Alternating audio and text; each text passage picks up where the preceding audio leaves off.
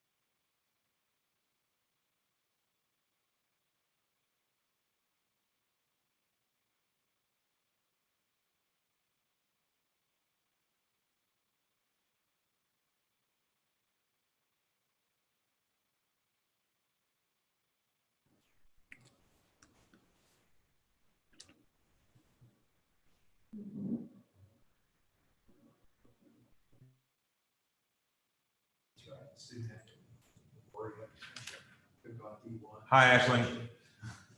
I can't. Hi. Okay. You're all good. So we are streaming now. So Josh, if you'd like to pop up as well, just so I can check you in, that'd be great. Perfect. Hello. Hey. Simone is going to be signing on it in just a moment. Okay, great. We've got all of our scoring judges, and Judge Gilstrap, who's your presiding judge, is also logged on. And he'll turn his camera on in a second. We'll get started here in a moment. And as soon as we get Simone and I'm sorry, I'm blanking on. And as soon as we get Simone and Carolyn on, we'll get going. Great. All right.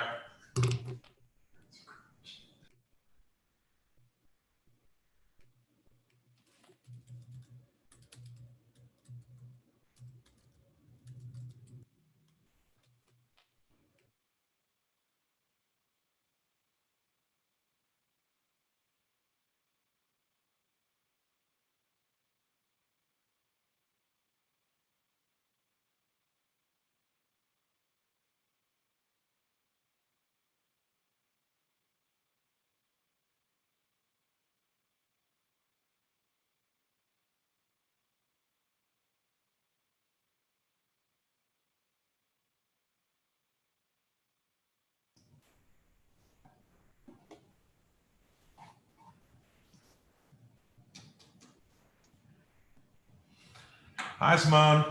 Hi. I have checked you in officially. Hi, Carolyn. How you doing? I'm doing well. How are you? I'm excellent. We're at the final round of Top Gun. You know, it's a very exciting moment for everybody involved. Definitely very excited to be here.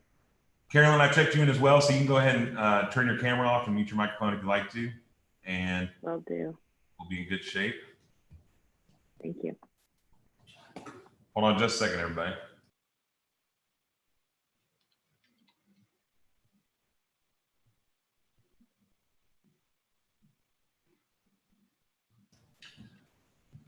Judge Gilstrap, if you'd like to turn your camera back on. And we're going to go ahead and get started. I'm here.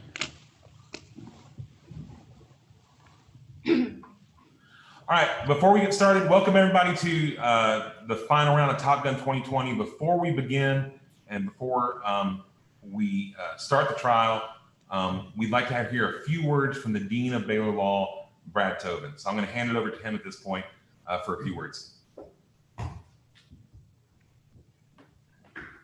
Thank you, Robert. I'm Brad Tobin. I'm the Dean of Baylor Law School, and this is indeed a happy day and a happy occasion to be hosting the virtual 11th Top Gun mock trial competition. Congratulations to the finalists who will soon be undertaking the championship round. And I want to also thank Chief Judge Rodney Gilstrap of the Eastern District of Texas for his presiding at this championship round. You all have been as proud as you have been the brackets, and I want to, at this point, especially extend thanks to what I call the Baylor Law mock trial family, which is so superbly carried off this virtual competition. And also, I want to thank the mock trial community across the nation, and especially from each of the competing schools for participating in the Top Gun virtual competition. We believe it has been a success, and we think that this will give the entire mock trial community across legal education a sense of how we can go forward in the COVID-19 environment and keep mock trial vibrant and ongoing. And with that, Chief Judge Gilstrap, I will turn it over to you. Thank you. Thank you. Thank you, Dean.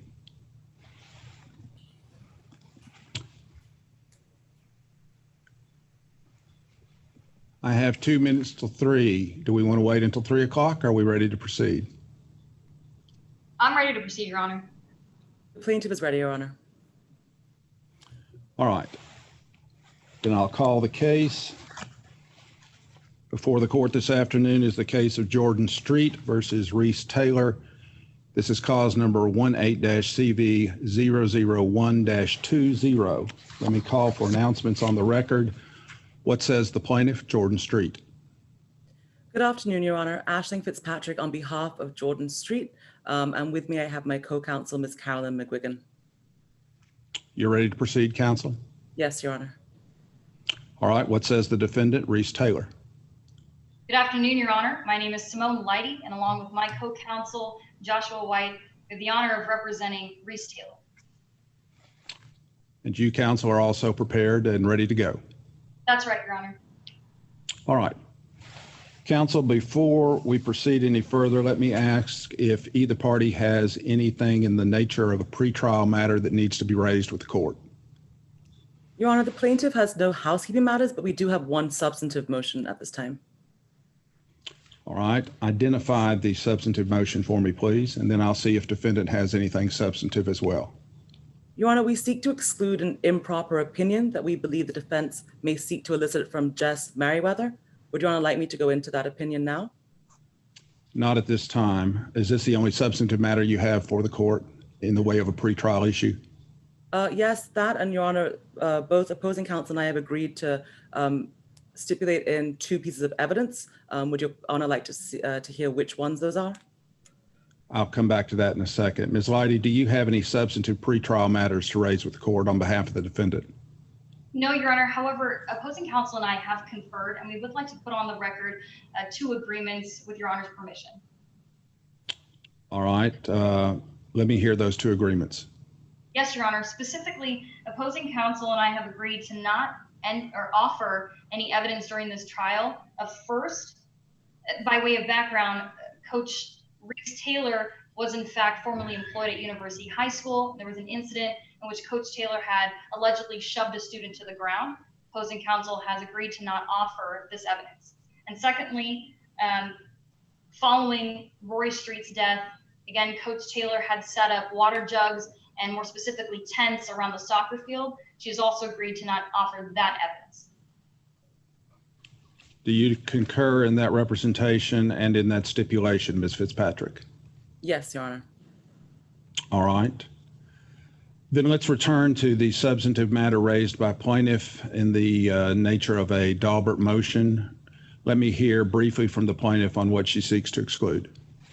Yes, Your Honor. We believe the defense may try to elicit from Jess Merriweather, who was one of the defendant's trainers on the field during this incident when Rory Street died, an improper opinion that includes this witness opining that he did not think that the defendant's means of disciplining Rory Street were unusual and believes them to be orthodox. By way of background, Your Honor, this is a case where the defendant, who was Rory Street's coach, made decisions and created drills that caused my client's daughter to overheat and die due to heat stroke. It's improper for Jess Merriweather, pursuant to 701, who is not being tendered as an expert today, to give an opinion on what is unusual or what is orthodox when it comes to disciplining during soccer practice, Your Honor. All right, Ms. Leidy, do you have a response? Your Honor, opposing counsel just cited 701, and that's for a lay witness opinion. In this case, we're not offering Jess Merriweather, who's the trainer, as any sort of an expert under 702. Rather, as if I may make an offer of proof, Mr. Merriweather will testify that he had been working alongside Coach Taylor for quite some time, both at practices and scrimmages, as well as games. And we won't be offering testimony specifically as to the word orthodox, and won't be giving an opinion about whether or not they're reasonable measures. Rather that, based on her experience, the drills are usual. All right. Your Honor, may I be heard? Very briefly, counsel. Your Honor, as to the drills being usual pertaining to pertaining to the defendant at soccer practice, we don't have any problem with that. But pertaining to the drills being usual in general in terms of soccer practices, that is what we seek to exclude, Your Honor. I understand. Well, given that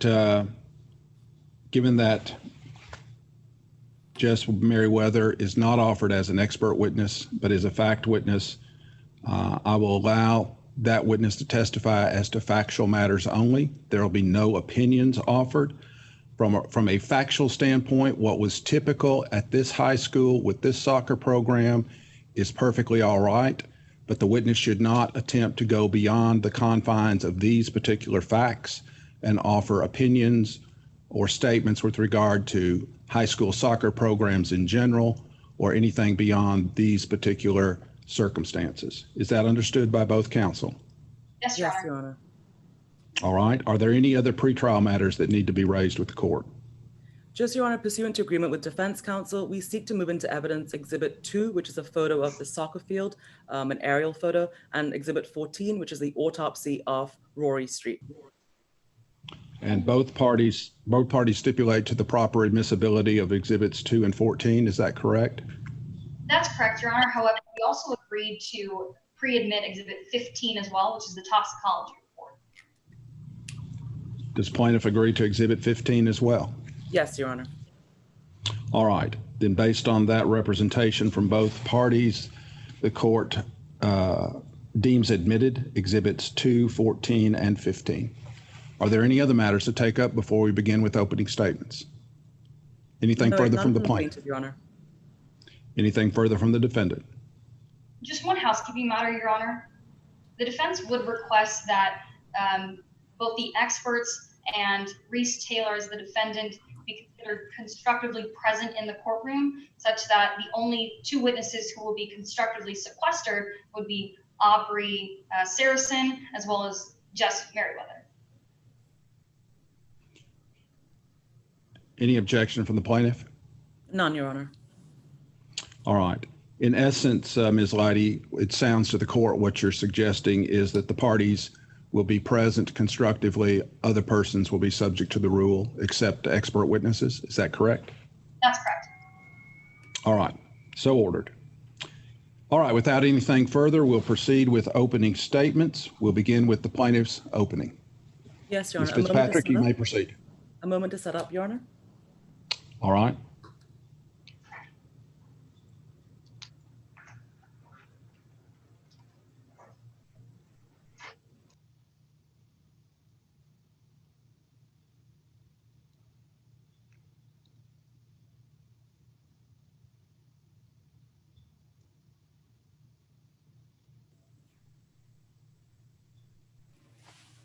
May I proceed, Your Honor? You may proceed, counsel. You're useless on the field, so I might as well run you until you pass out. Those were the defendant's words to Rory Street minutes before Rory collapsed on the soccer field and died. It didn't matter to the defendant that Rory was visibly pale, exhausted, unable to catch her breath, and struggling. You'll learn the defendant chose to ignore these signs and instead ordered her player to keep going. The defendant, Rory Street's soccer coach, the person who was meant to protect her, watched as Rory Street collapsed after being tackled again and again and again and again. You'll learn the defendant yanked her off the ground by her jersey to be tackled yet again, instead of offering Rory water or a break or any form of support. You'll learn that Rory Street died because of the defendant's drills and the defendant's decisions that prioritize discipline over safety and winning over health. Your Honor, I am honored to stand before you today representing the mother of Rory Street in her wrongful death claim against the defendant.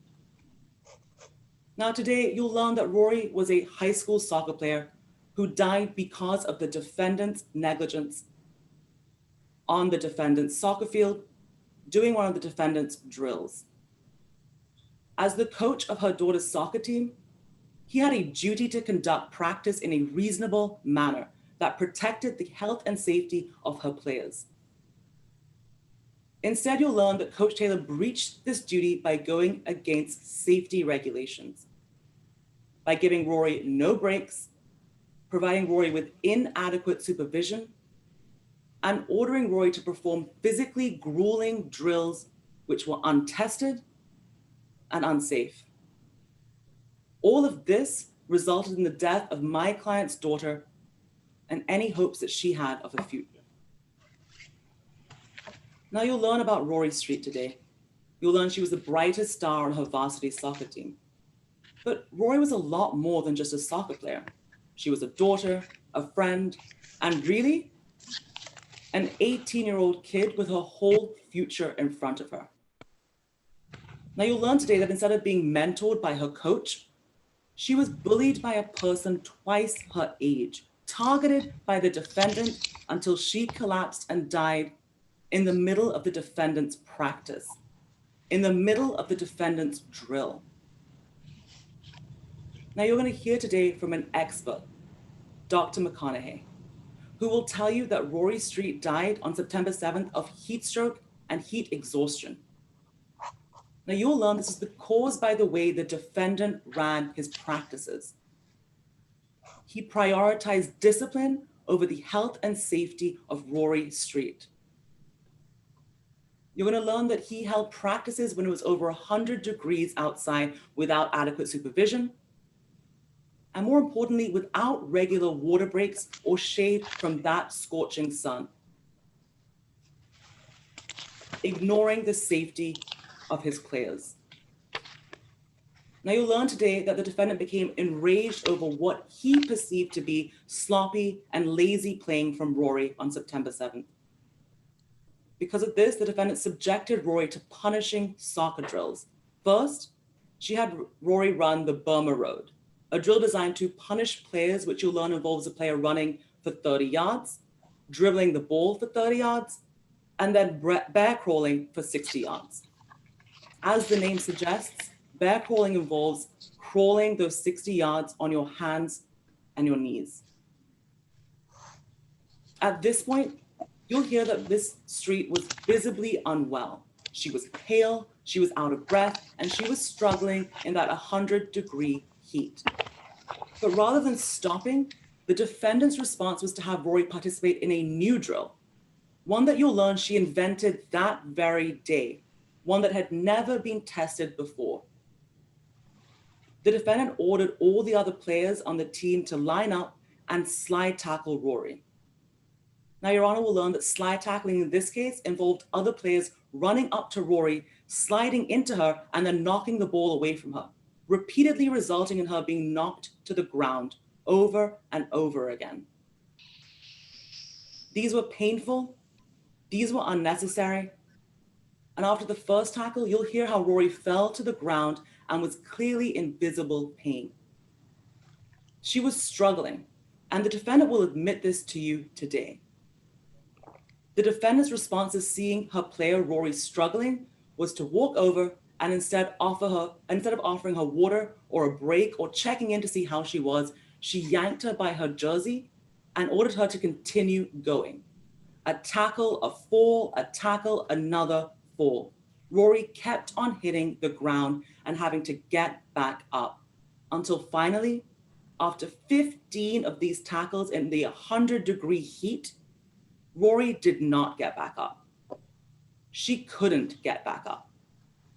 Instead, you'll hear she began groaning, shaking, convulsing, before passing out on the ground and dying right there from heat exhaustion. Now you'll learn today the defendant is not taking responsibility for what happened on his soccer field. Instead, he's blaming Rory Street for her own death by pointing to a nominal amount of cocaine that was found in her blood during an autopsy. However, you're going to hear from our expert today, Dr. McConaughey, who is a medical doctor, and he'll tell you the cocaine did not kill her. The heat killed her. The evidence will show that Rory died from heat stroke due to the defendant's negligence in the way that he conducted his soccer practices. After he failed to supervise Rory during them, failed to provide Rory with enough water breaks and shade from that scorching heat, and forced Rory to perform punishing, physically grueling drills that he had never tested. Your Honor, the defendant's drills and the defendant's decisions in the way that he conducted his soccer practices, ignoring safety and ignoring his responsibilities to Rory Street, caused the death of my client's daughter on September 7th, 2018. As such, at the end of today's trial, I ask you to deliver the only verdict consistent with justice and with the facts in this case. I ask that you find the defendant liable for the death of Rory Street. Thank you. All right, the court will now hear opening statement from the defendant. Yes, Your Honor.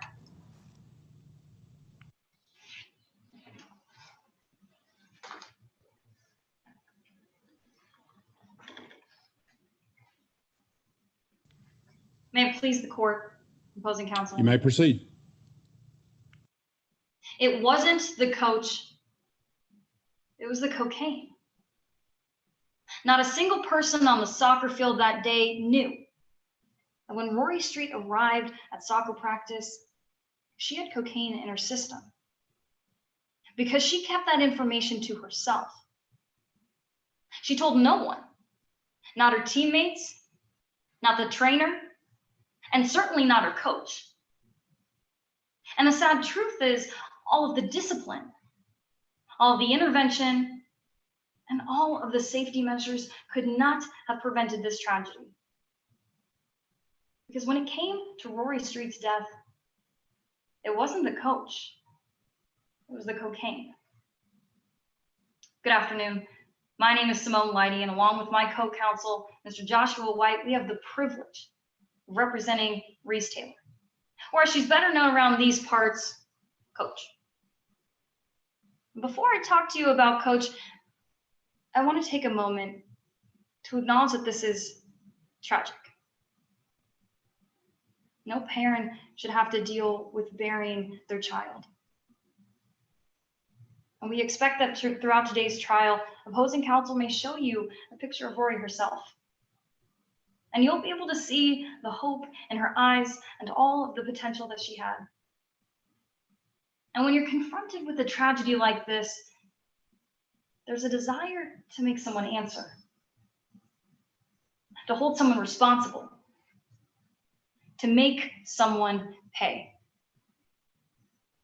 And we expect that opposing counsel is going to be counting on that today.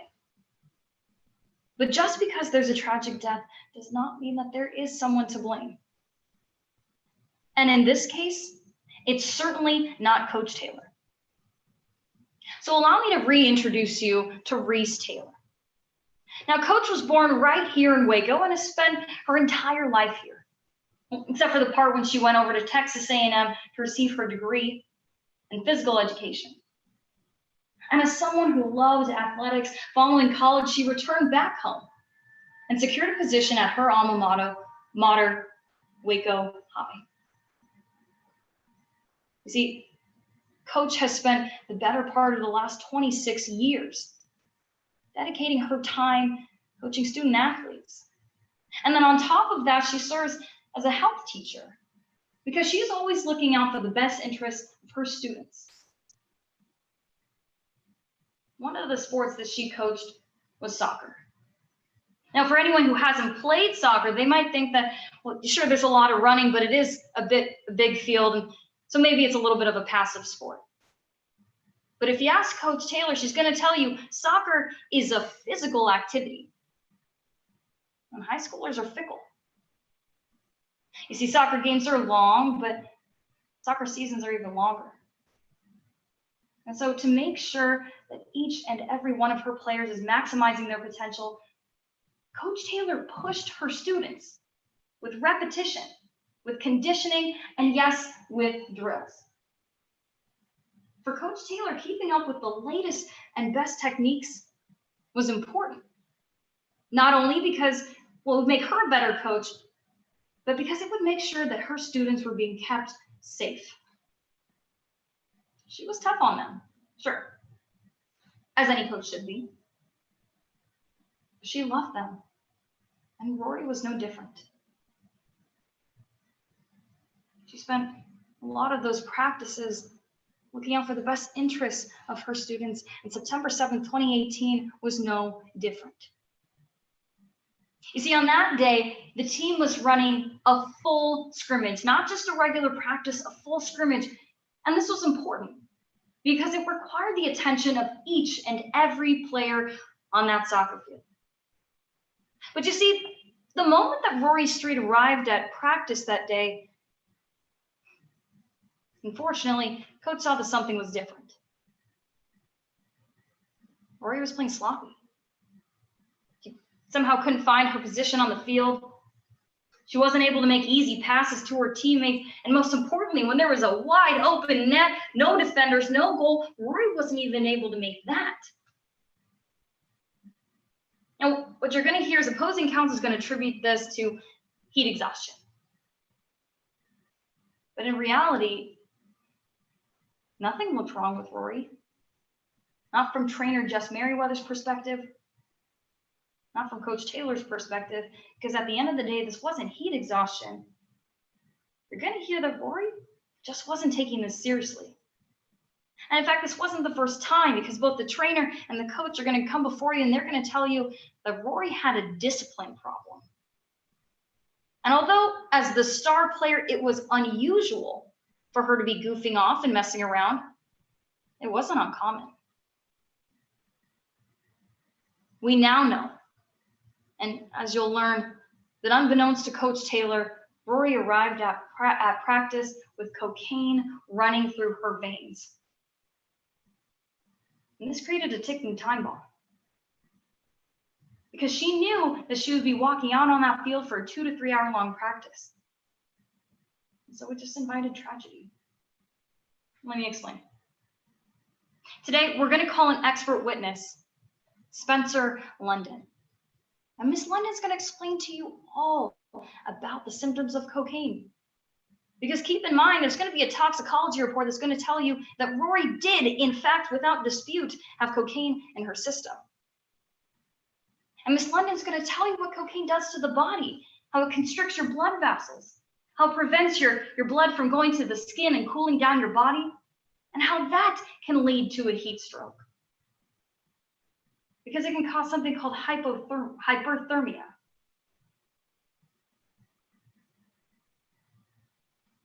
So we're back on the soccer field and Rory's goofing off and Coach Taylor thinks, well, nothing's physically wrong with her, so she must not be taking it seriously, and she sends her to Burma Road. And you're going to hear all about this. But it's not a place, it's a drill. And what you're going to hear is that, again, Rory didn't exhibit any signs that she was in distress or she was in pain. She just looked like she was goofing off. And so this time, Coach Taylor wanted to get her attention. And so he set up a row of slide tackle drills.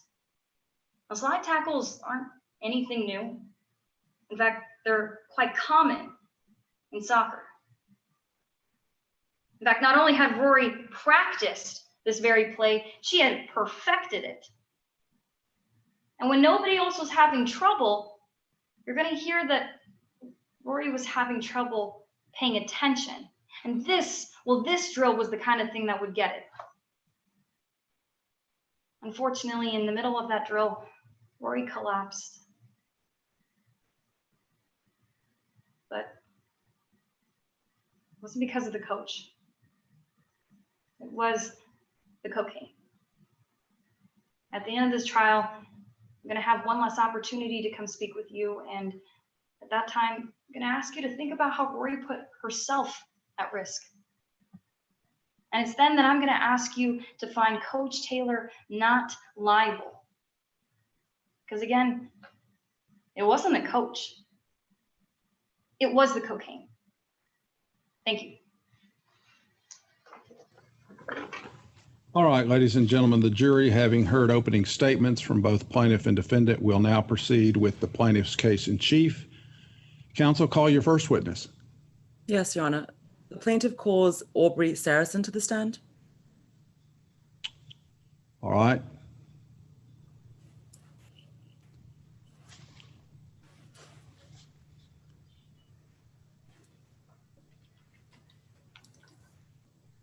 And counsel, the court has previously sworn all the witnesses that'll testify. So you may proceed with your direct examination, Ms. Fitzpatrick. Yes, Your Honor. Good afternoon. Can you please introduce yourself to the jury? Aubrey Saracen, Ms. Saracen, where are you from? Waco. And how old are you? I'm 19. Are you currently in school? Yes, I'm at Rice University. And before that, did you attend high school? Yes, I went to Waco High. And while at Waco High, were you involved in any extracurricular activities? I was in soccer all 4 years of high school.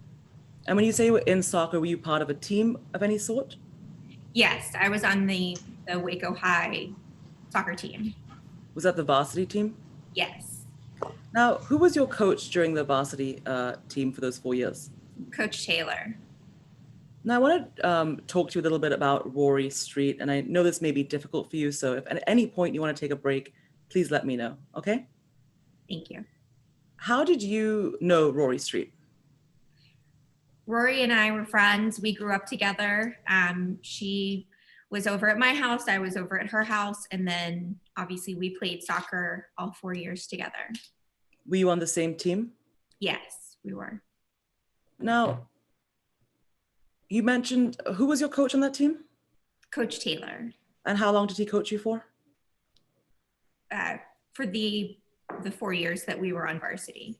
How would you describe Coach Taylor as a coach? Coach Taylor is very hard, very motivated to win, and pushes the players however he thinks he needs to. Speculation.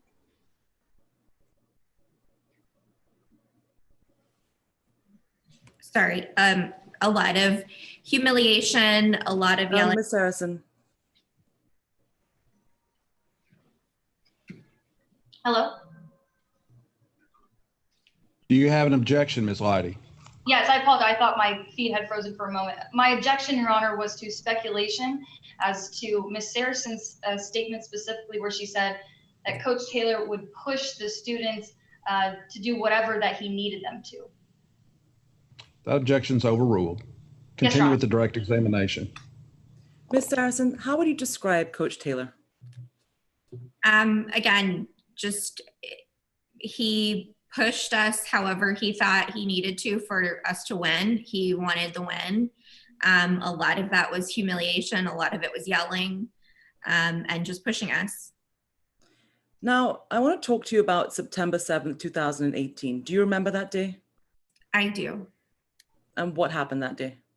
So that was the day that we lost Rory. That, you know, we will always remember that practice. Now, Ms. Saracen, I'll get to that in just a moment, but I just want to set up the scene for a moment. Where were you that day? So I was already running Burma Road. We started practice at 3:15 as normal. And at some point, I don't remember exactly what happened, but I missed a goal or a tackle or something. So I was already running Burma Road. Now, you mentioned that practice started at 3:15. What was the weather like that day? It was so hot. It was just scorching. Do you remember being given any breaks by the coach that day? Not once I started Burma Road. Now, you mentioned Burma Road a few times now. What is that? Can you explain that to the court? So it was a punishment drill when coach thought that we, weren't doing what we needed to or needed motivation. We would run for 30 yards, dribble for 30 yards, then had to make a goal in the open goal, and then bear crawled back 60 yards. So on your hands and your feet, like a bear. And how many times did you do these drills in a row? So you did it until coach told you that you didn't have to keep doing it. Now, drawing your attention to the interactions between the defendant and Rory that day, do you remember how that began? So, like I said, I was already on Burma Road, so I was about 20 yards away from them, but I could tell that coach was just yelling at Rory over and over again. You said yelling. Do you know what Coach Taylor was yelling at Rory? Just kind of the usual, that she wasn't focusing, she wasn't in the right place, or she wasn't getting the tackles or the goals he wanted her to. And then, I heard what he yelled right before Rory joined me on Burma Road. What was that, Ms. Saracen? Go take your sorry butt to Burma Road. You're useless today. You might as well run Burma Road until you pass out. Now, after he yelled that at Rory, where did Rory go? So Rory came and joined me. We were on the Burma Road area, right next to the practice field.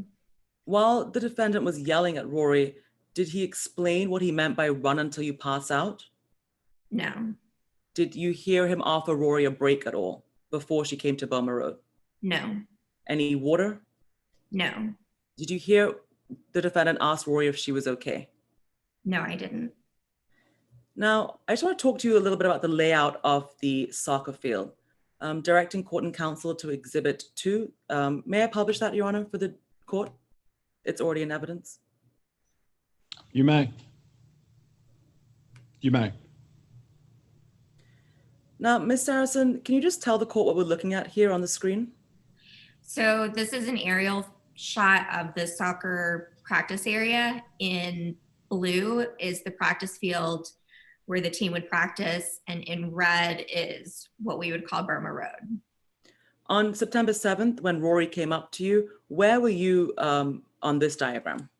So somewhere within the red box. And where was Coach Smaller Taylor box. at this time? Sorry. Coach Taylor was in the blue box or the bigger box. And was there any shade on the soccer field? There's no shade, there's no tents, there's no trees. It's just full sun. Now, you said that you and Rory were in the red box running the Burma Road drill. At any point, did the defendant come over to supervise you? No, Did a trainer come over at any point to supervise you? no, it was just Rory and I. Now, I want to talk to you about what Rory looked like at this point. When she came over to do Burma Road Run, how did she look? Well, paler than usual. She didn't look good. She was, you could tell she was struggling. She looked pretty lifeless. Did you ask Rory if she was okay? We had a conversation at some point. If I asked her or if it just came up, she said that she wasn't doing, she was struggling and that her chest hurt. Now, at any point, did you see the defendant interact with Rory again that day? After Rory started Burma Road with me, then Coach Taylor, it wasn't enough. Coach Taylor yelled again and said that Rory was still lollygagging and wasn't taking it seriously still. And so basically he would show her. So that's when he set up this new drill. What was the new drill, Ms. Saracen? So we'd never seen it before, but he called the whole team up on the practice field and had them line up about 10 yards away from Rory. And he said that he told all of the players that they were going to slide tackle to Rory. So he would give Rory the ball and then they would slide tackle Rory over and over again. Does this slide tackle drill involve physical contact? It does. I mean, Rory would have the ball and the point of the slide tackle is for the other player to get the ball away. And so you are tackling feet first. So cleats to the lower half of Rory's body. And generally a successful slide tackle, you take the other person down to the ground. Now, where were you while Rory was doing the slide tackle drill? So I wasn't on the practice field. I was still on Burma Road, but I had stopped doing anything. I think everyone was watching just how brutal this was. Could you see Rory from where you were standing? Yes, I could. And how did she look while she was doing the slide tackle drill? Still even paler than normal. You could just tell that she was struggling, hands on her hips. You could tell she was struggling to breathe, to keep moving, which is very unlike her. Where was the defendant standing in relation to where you were? The defendant was standing closer to Rory. So I'd say, within 5 to 10 yards of Rory. Now, you mentioned that this slide tackle drill was brutal. What happened during the slide tackle drill? So again, we'd never seen it before, but coach said that each player was going to slide tackle Rory. And that's exactly what he did. And the first time, the first player slide tackled Rory, she went down hard, and she didn't get back up on her own. Coach Taylor went over and grabbed her by the back of her jersey and picked her up, and made her do it again. And it happened 14 more times before Rory didn't get back up. During those 15 times in total, did Rory fall again at all? She fell every time. Now, what happened after that 15th slide tackle, Miss Saracen? So she went down and she started convulsing, we yelled for somebody to call 911. A trainer ran over to Rory, but she never got back up. Miss Saracen, what did the defendant do in response to Rory on the ground like that? I think he just ran over to her. And you mentioned an ambulance. What happened between Rory falling down and the ambulance coming? So she was on the ground. She was convulsing. It was like she was having a seizure or something. And at some point she just stopped moving. And that was still before the ambulance got there. Thank you, Ms. Saracen. No further questions at this time, Your Honor. You pass the witness counsel. Yes, Your Honor. Cross-examination by the defendant. Yes, Your Honor.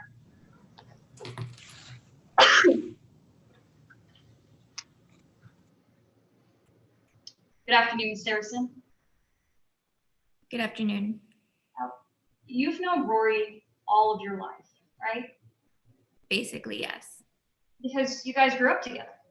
Yes. In fact, you grew up playing soccer together. Yes. And because you played soccer with Rory, you knew what a talent she was on the field, right? She was the best. She would have gone really far. Right, and on your Waco High School varsity soccer team, she was considered the best player. I would say so, yeah. She was so good that, well, you'd agree with me, she knew how to find her spot on the field. Well, yes.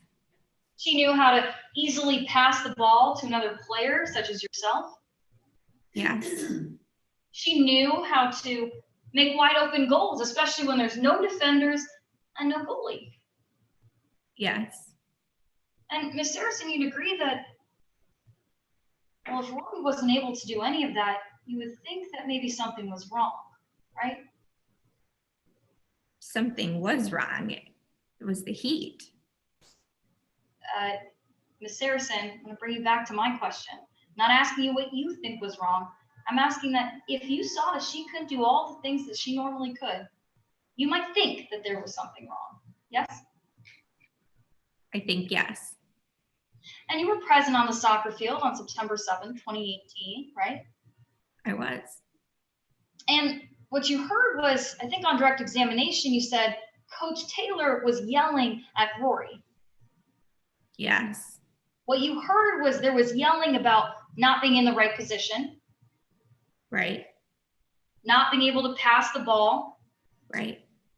Not being able to make these wide open net goals. Right. And just playing sloppy, right? I wouldn't call it sloppy. Right, I'm not asking if you call it sloppy, but that's what you heard. There was yelling about Rory playing sloppy. Am I right? I mean, yeah, coach was yelling at her. Coach was humiliating her. Ms. Saracen, I'm not asking if you think he was humiliating her or not. Just looking for a yes or no. Coach Taylor yelled, Rory was playing sloppy, right? Yes, Coach Taylor was yelling. And so eventually, Coach Taylor sent Rory to go run the Burma Road drills with you. Yes. Because you were already there. Right. And you had been doing this exercise for about 15 minutes. Right. Ms. Saracen, I understand that it was hot outside at the time, right? It was scorching. Right, and by scorching, you mean maybe above 100 degrees? Yes, definitely above 100. But you've played for Coach Taylor before, haven't you? Yes, You've practiced with Coach Taylor before September 7th. right, You've played games with Coach Taylor before September 7th. right. And so playing in the heat, well, that wasn't anything new to you or your team, was it? Not playing in the heat, no. Doing Burma Road drill wasn't anything new to you either, Burma Road itself was not new, no. because it was a tradition at Waco High, wasn't it? Well, if you want to call it that. Well, it was happening at Waco High School long before Coach Taylor was there, isn't that right? Yes, I guess so. And Ms. Saracen, let's talk about exactly what you're doing on Burma Road. When it's you and it's Rory, well, you're doing the same exact workout, aren't you? Yes, Burma Road, yes, we were. And you're doing the same exact movements, Right, side by side, right, in the same temperatures, right.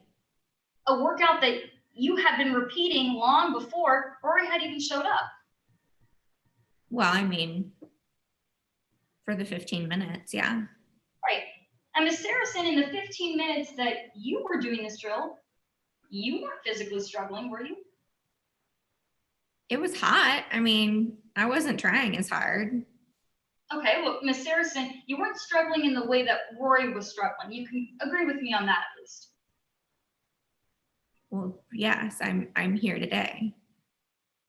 Ms. Saracen, within minutes of Rory showing up, you believe that Rory was struggling?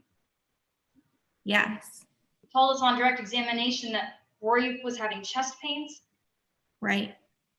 and you were concerned for her well-being, weren't you? I was. But I want to make this really clear. At no point did Rory ever stop doing that drill, correct? Doing Burma Road or doing the new drill? Doing Burma Road. That's what I'm talking about right now is the Burma Road drill. At no point did she stop doing that drill. No. At no point did she sit down to take a break. We weren't allowed to do that. Ms. Saracen, I'm not asking what you were allowed and not allowed to do. I'm asking what she did. And Rory never sat down to take a break, correct? She did not sit down, no. She never left to go to her water bottle to go get water. She did not get water. You never saw her walk up to the trainer, Mr. Merriweather, correct? No, she didn't do that. And you never saw her stop to go talk to Coach Taylor, right? No, she didn't. And on top of that, Ms. Saracen, you said that you were concerned for Rory, but you yourself never spoke to anybody. Isn't that true? I wish that I had, but I didn't. And you and Rory were at Burma Road, but as you said on direct examination, Coach Taylor eventually called her back to the soccer field. Isn't that right? Yes, And this is when you told us all about this slide tackling drill, correct? right. I believe you said on direct that this was a new drill, wasn't it? We'd never seen anything like this before. But you had seen something like slide tackling though, right? Of course. Because you'd agree with me, slide tackling is a common play in the game of soccer. It's part of soccer, yeah. And in fact, practicing it is something that you usually did. Nothing like this, though. Ms. Saracen, I'm not asking about the specific drill on September 7th. I'm asking about practicing slide tackles in general. It was something that Ms. was Leidy, Yes, Your Honor? if the witness, in your opinion, is non-responsive, raise it with the court and the court will deal with it. Don't continue this back and forth about that's not what I asked you. If she's non-responsive in your view, you may raise it with the court, but that's how I wish to address it. Yes, Your Honor, of course. All right, proceed with your cross-examination. Yes, Your Honor. So Ms. Saracen, slide tackles in general that's something that you had practice, correct? Yes. When you saw that Rory had fallen, you would describe it as out of nowhere, wouldn't you? The day of, you could Yes. tell she'd been struggling. So it wasn't out of nowhere the day of. So just so I'm clear, Ms. Saracen, is it your testimony that you never described Rory collapsing as coming out of nowhere? If you're talking about the text messages, I said that the next day because you don't expect your friend in high school to die. Objection. Objection. Objection, Your Honor. May I be heard? What's your objection, Ms. Fitzpatrick? We believe that defense counsel is trying to elicit a hearsay statement, Your Honor, to which there is no exception. That's overruled. All right, let's continue with the cross-examination. Ms. Leidy? Your Honor, I did have an objection as to non-responsive. And I'll sustain that objection. Ms. Saracen, you're to listen to the question and you're to answer the question. Ms. Fitzpatrick can recover any of this area if she believes she needs to, but your job is to answer the question as asked, not to answer the question you'd like to answer. Do you understand? Yes, Judge. All right, let's continue with cross-examination then. Yes, Your Honor, permission to strike the everything after yes. Sustained, that's granted. Go ahead. Ms. Saracen, just so I'm clear, you believe that Rory collapsing happened out of nowhere, yes? I said that. In fact, you described it as being sudden, right? I said that it came out of nowhere. Objection, Your Honor, non-responsive. I'm going to overrule that. I think she's attempting to answer the question as you've stated it. Let's move along. Yes, Your Honor. Ms. Saracen, you would hope that as a coach, Coach Taylor would be looking out for your best interest, right? I would hope that. But you understand that there are certain expectations when you show up on the soccer field, right? I understand their expectations, but I don't know what expectations you're referring to. Right, well, let me be more clear with you. You're expected to follow through with drills, right? Yes. You're expected to listen to your coach. Right. You're expected to focus at practice. Yes. Most importantly, Ms. Saracen, you're expected to show up at practice clean and sober. Isn't that right? I would think so. Thank you, Your Honor. Pass the witness. Is there a redirect by the plaintiff? Yes, Your Honor. Proceed with your redirect. Ms. Saracen, you were asked some questions about not saying anything to Coach Taylor about Rory's condition that day. Yes. Why didn't you tell Coach Taylor? We all knew that if you complained or you asked for a break or you said something that would just make him mad and he would push you harder. So I thought that it would hurt Rory more if I said something. Now, you were also asked about some statements that you make. Can you describe to the court the context surrounding those? So a friend texted me the day after it happened, and he texted me about it, and I just said that it was crazy. It came out of nowhere because, I mean, you don't expect as a senior in high school for your best friend to fall down dead at practice next to you. Thank you, Ms. Saracen. No further questions, Your Honor.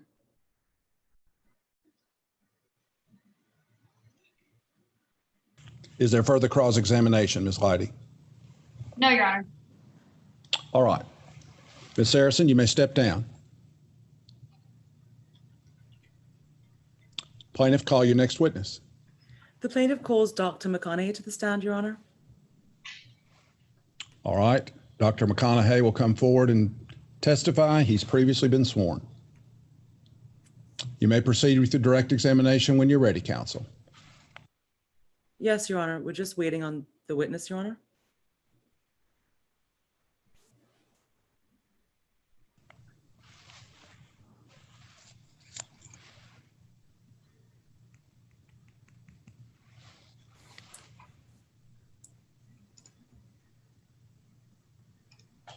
Mute. Start video. Good afternoon. Can you please introduce yourself to the jury? To the court, sorry. I'm Dr. Reagan McConaughey, MD. Dr. McConaughey, what do you do for a living? I'm Director of Cardiology at McLennan Memorial Hospital. What are your duties as the director of cardiology? Supervise the overall operations of the cardiology department, including supervising the residents, interns, nurses, other personnel, doing cardiac catheterizations and all of the other studies involved with cardiology. And how long have you been in that position for? I've been in that position for 10 years. Now, does this mean that you're a medical doctor? That's correct. Where did you get your medical degree from? Got an MD degree from Baylor College of Medicine. Do you have any other degrees related to the practice of medicine? I have Bachelor of Science in Biology and Chemistry from Baylor University. What positions, if any, did you hold in the medical field before becoming the director of cardiology? Of course, as all doctors, I did an internship. I did a residency in internal medicine. And following that, I did a fellowship in cardiology. Doctor, in total, how many years have you worked in the field of cardiology? 27. Can you explain to the court briefly what the study of cardiology involves? Cardiology basically involves the pathology and physiology of the heart and great vessels. Does that involve the study of heart attacks? Yes. Does that include the cause of heart attacks? Yes. Does that include studying heat exhaustion? Yes. And heat stroke? Yes. Does your work also include the study of effects of drugs such as cocaine on the heart? Yes. Now, Dr. McConaughey, I'd like to talk to you about how you got involved in this case. Can you tell the court how that came to be? After Rory Street died, I was hired by the plaintiffs to testify as an expert witness. And did you receive compensation for this? Yes. Have you reviewed any materials regarding this case? Yes, I reviewed the depositions presented to this court, the autopsy findings, the toxicology findings, and so forth. Did you have sufficient facts and data to come to any conclusions about the cause of death of Rory Street? Yes. Did you use reliable principles and methods in coming to that conclusion? Yes. Did you reach any conclusions to a reasonable degree of medical certainty? Yes. Your Honor, in accordance with Federal Rule of Evidence 702, we tender Dr. Regan McConaughey as an expert in cardiology. Is there objection? No, Your Honor. Without objection, the court will recognize this witness as an expert in the designated field. Continue with your direct examination, counsel. Yes, Your Honor. Dr. McConaughey, after applying your knowledge and expertise to the materials provided to you about this case, what did you conclude as to the cause of death of Rory Street?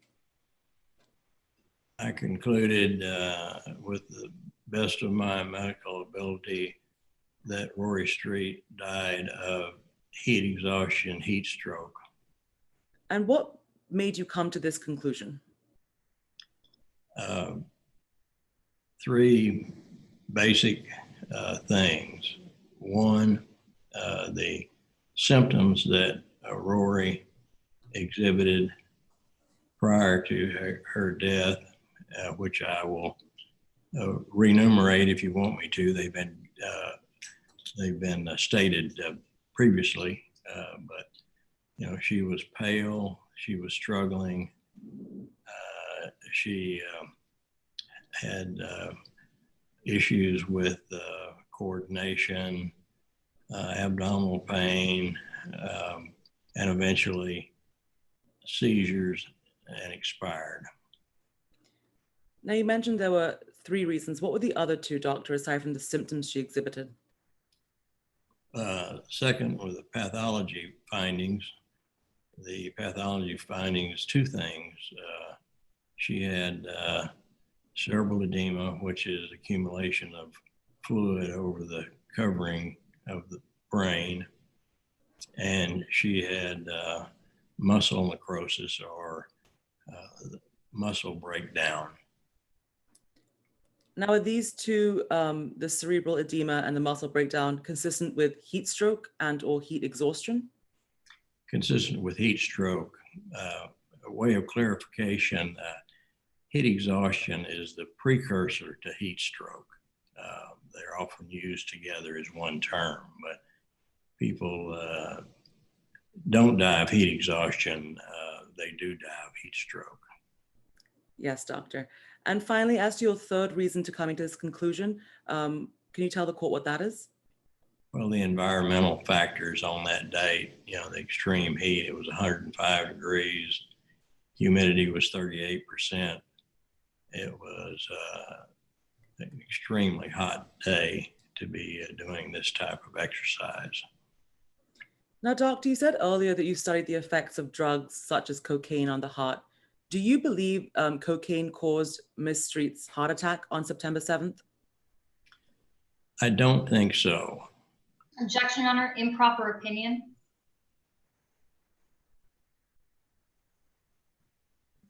Give me the basis for that. Give me the basis for that objection, please.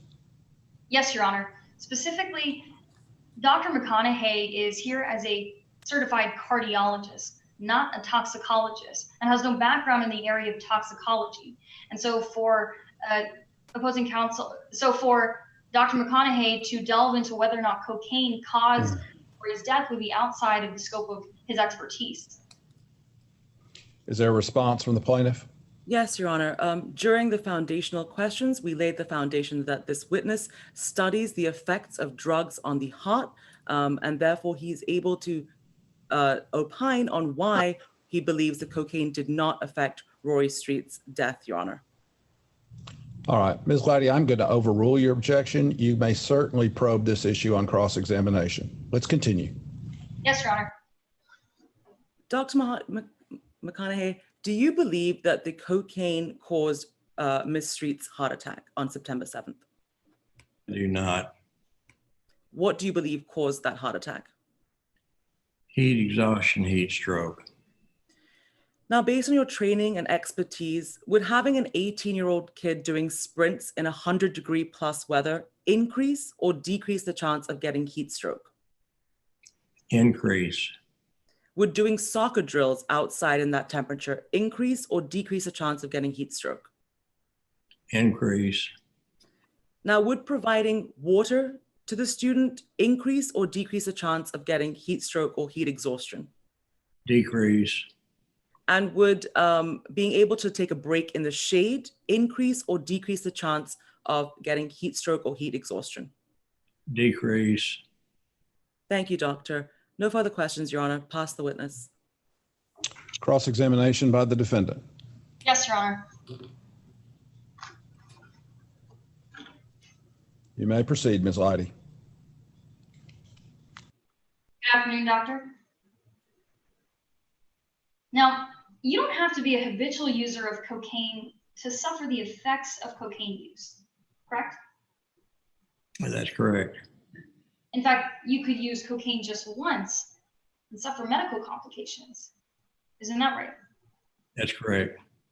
And you can agree with me that if you do use cocaine, that alone can create certain risks. That's correct. Doctor, if you combine cocaine plus heat, that can create increased risks, right? That's correct. And certainly, doctor, if you combine cocaine plus heat plus physical exertion, that can create even a higher risk, right? That's correct if the amount of cocaine is sufficient to affect the heart. As a medical doctor, I assume that you don't counsel your patients to use cocaine, right? Especially not in the heat. I'm sorry, could you rephrase that question? Yes. As a medical doctor, you obviously would counsel your patients to not use cocaine while in the heat and physically exerting themselves. I do not have any patients in my practice that use cocaine. One of the side effects of cocaine use is something called hyperthermia, and you're familiar with that, right? Rephrase that question, please. I didn't understand it. Hyperthermia is a symptom of cocaine use, right? That's correct. You understand that hyperthermia, well, that's when the body can't cool itself down. That's correct. And it's because the blood vessels are constricted by the cocaine use. That's correct. If there's sufficient amount of cocaine on board the patient, this patient had only a nominal amount of cocaine in the blood sample. Doctor, if there is cocaine in the system, that creates a risk of heat stroke, doesn't it? Insufficient amounts. Well, doctor, you keep repeating this phrase, sufficient amounts, but you're not a toxicologist, are you? No, I'm not. What you do know, though, is that in the combination of heat, physical exertion, and cocaine use, there's an increased risk of heat stroke in particular, right? Insufficient amounts, that's correct. Now, doctor, I want to read you something. It's from an article called Heat Stroke and Heat Exhaustion, Unlocking the Keys to the Heart, and it's by Dr. Reginald Dwight. You could just listen to this and then tell me if you agree with it. Thus, if cocaine use is combined with overexertion in extremely hot conditions, then it would only serve to exacerbate the risks associated with heat exhaustion and heat stroke, and could lead to a cascade of symptoms associated with heat exhaustion and heat strokes. You agree with this, don't you? I agree with that statement. You relied on the testimony of Aubrey Saracen in order to determine what symptoms Rory may or may not have been exhibiting. Isn't that true? In a large part, true. And it's true because, well, you don't have any of the other teammates who told you exactly what Rory looked like. No. In fact, Jess Merriweather, the trainer, never said that Rory was exhibiting any symptoms, correct? That's correct, but he was not in proximity to her. So that's a yes to my question, that Jess Merriweather, the trainer, never saw Rory exhibiting any symptoms. It's my understanding that he got there as the patient expired. Objection, Your Honor, non-responsive. Restate the question for the witness.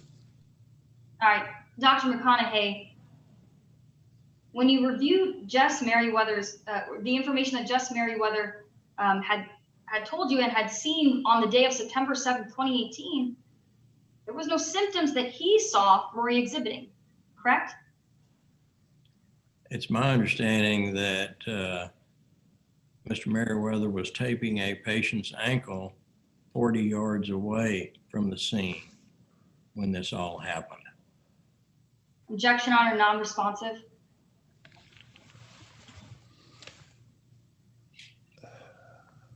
Dr. McConaughey, if you know the answer, then you should say what you believe the answer is. If you don't know the answer or you can't answer the question, you should make that clear.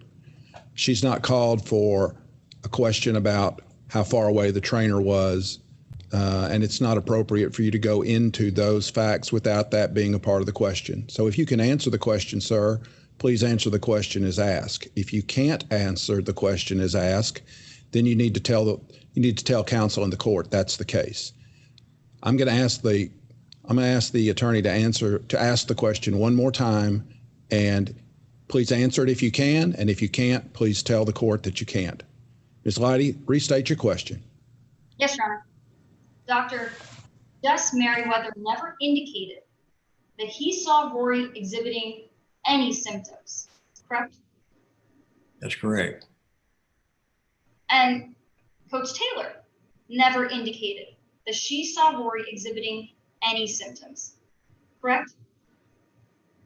Correct. So the only person that you're relying on who was there on September 7, 2018 is Aubrey Saracen. Yes? Yes. All right, now, we talked about one of the symptoms, hyperthermia. So let's talk about some of the other ones that you listed in your report. Now, there are 14 symptoms total. Isn't that right? That's correct. One of the symptoms is excessive thirst, correct? That's correct. As far as you know from the information you reviewed, doctor, Rory never indicated that he was excessively thirsty. Right? That's correct. Rory never indicated that he had a headache. Correct? Correct. Another symptom is nausea, and Rory never indicated that either. Correct. Another symptom is diarrhea. Doctor, there's no evidence that Rory ever suffered any diarrhea. That's correct. Another symptom is abdominal cramps. Again, Rory never indicated that he had any abdominal cramps.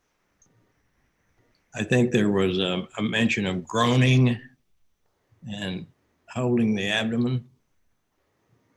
And what about muscle cramps? Rory never indicated that he had any muscle cramps. Wobbly. I'm sorry, can you repeat your response? Rory supposedly was wobbly and having trouble with standing and balance. That could certainly be muscle cramps. But he never said that he had any muscle cramps, right? Not for the record. Now, according to the toxicology report, as you said on direct examination, there was cocaine found in Rory's system, right? Correct. And you told us that it's your belief that this was a nominal amount of cocaine. Yes. But doctor, you agree with me, finding that amount of cocaine in your system, 60 nanograms per milliliter, that can mean one of two things. One, the amount is just simply a small amount, right? That's correct. Or two, there was a great deal of time between when it was ingested and when it was actually tested, correct? That's correct. It was 27 hours to be exact. Exactly. So doctor, it's possible that the amount reflected on the toxicology report doesn't accurately reflect the amount of cocaine that was actually in her system. Possible. Pass the witness. Redirect. Yes, Your Honor. Doctor, Please proceed. Doctor, you were asked a series of questions about the cocaine found in Rory Street's system. Why is it that you believe that that was not the cause of death of Rory Street on September 7th? Well, there were no autopsy findings to substantiate chronic cocaine use. There was nothing in the nasopharynx to suggest chronic cocaine use at all. And the amount was only 60 nanograms, which is not a great deal of cocaine. So, doctor, if it wasn't cocaine, what was it that caused Miss Street's death? In my opinion, it was heat stroke. Nothing further, Your Honor. Thank you, doctor. Is there further cross-examination, Ms. Leidy? No, Your Honor. All right. Then Dr. McConaughey, you may step down, sir. Your Honor. Plaintiff, call your next witness. Your Honor, with that, the plaintiff rests. All right. Plaintiff has rested her case in chief. Before we proceed with the defendant's case in chief, we will take a short recess. The court will reconvene in 5 minutes. The court stands in recess.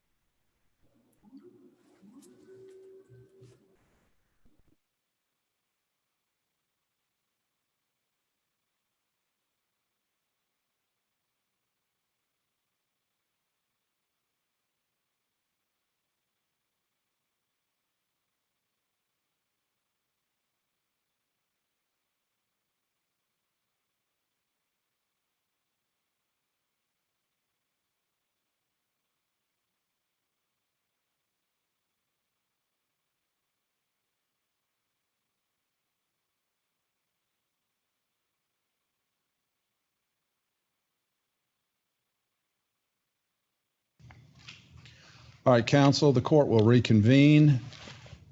As I mentioned before the recess, plaintiff has rested its case in chief. We'll proceed with the defendant's case in chief. Ms. Leidy, call your first witness. Yes, Your Honor. Your Honor, at this time, we'd like to begin our case in chief by calling Reese Taylor. All right.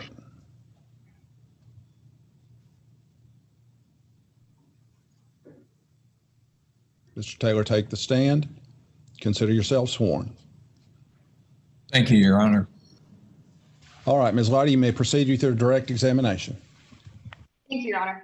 Good morning or good afternoon. Could you please introduce yourself? My name is Taylor Reese, coach at Waco High in Waco, Texas. I know. Mr. Taylor, you said that you're a coach at Waco High. How long have you been serving in that position? I've been there for the past 6 seasons, the past 6 academic years. And is that all of the coaching that you've ever done? No, I have been in coaching about 26 years now. Do you have any sort of educational background that helps you serve in those both of those roles? I graduated from Texas A&M with a physical education degree. And of course, over the range of 26 years, I've learned quite a bit about coaching. And all this time, Coach Taylor, how do you ensure that you're the best coach that you can possibly be? Well, I obviously take advantage of various conferences, various seminars that are offered in coaching techniques. I try to stay up on what the best recommendations are for the various sports in terms of coaching strategy. And how important is safety on a Coach Taylor team? Absolutely paramount. It's the most important aspect of what I do. Do you understand why it is that you're here today? Yes, I do. Coach Taylor, do you know who Rory Street is? Yes, Rory, she was one of my players on my soccer team at Waco High. Well, as an athlete, how would you describe Rory? Rory was exceptional. She was gifted as an athlete.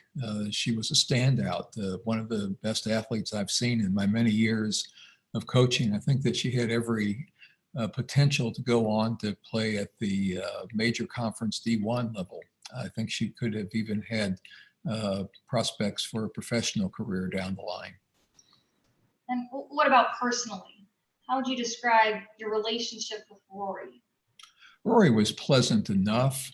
She's very focused. At the same time, sometimes she would push against authority.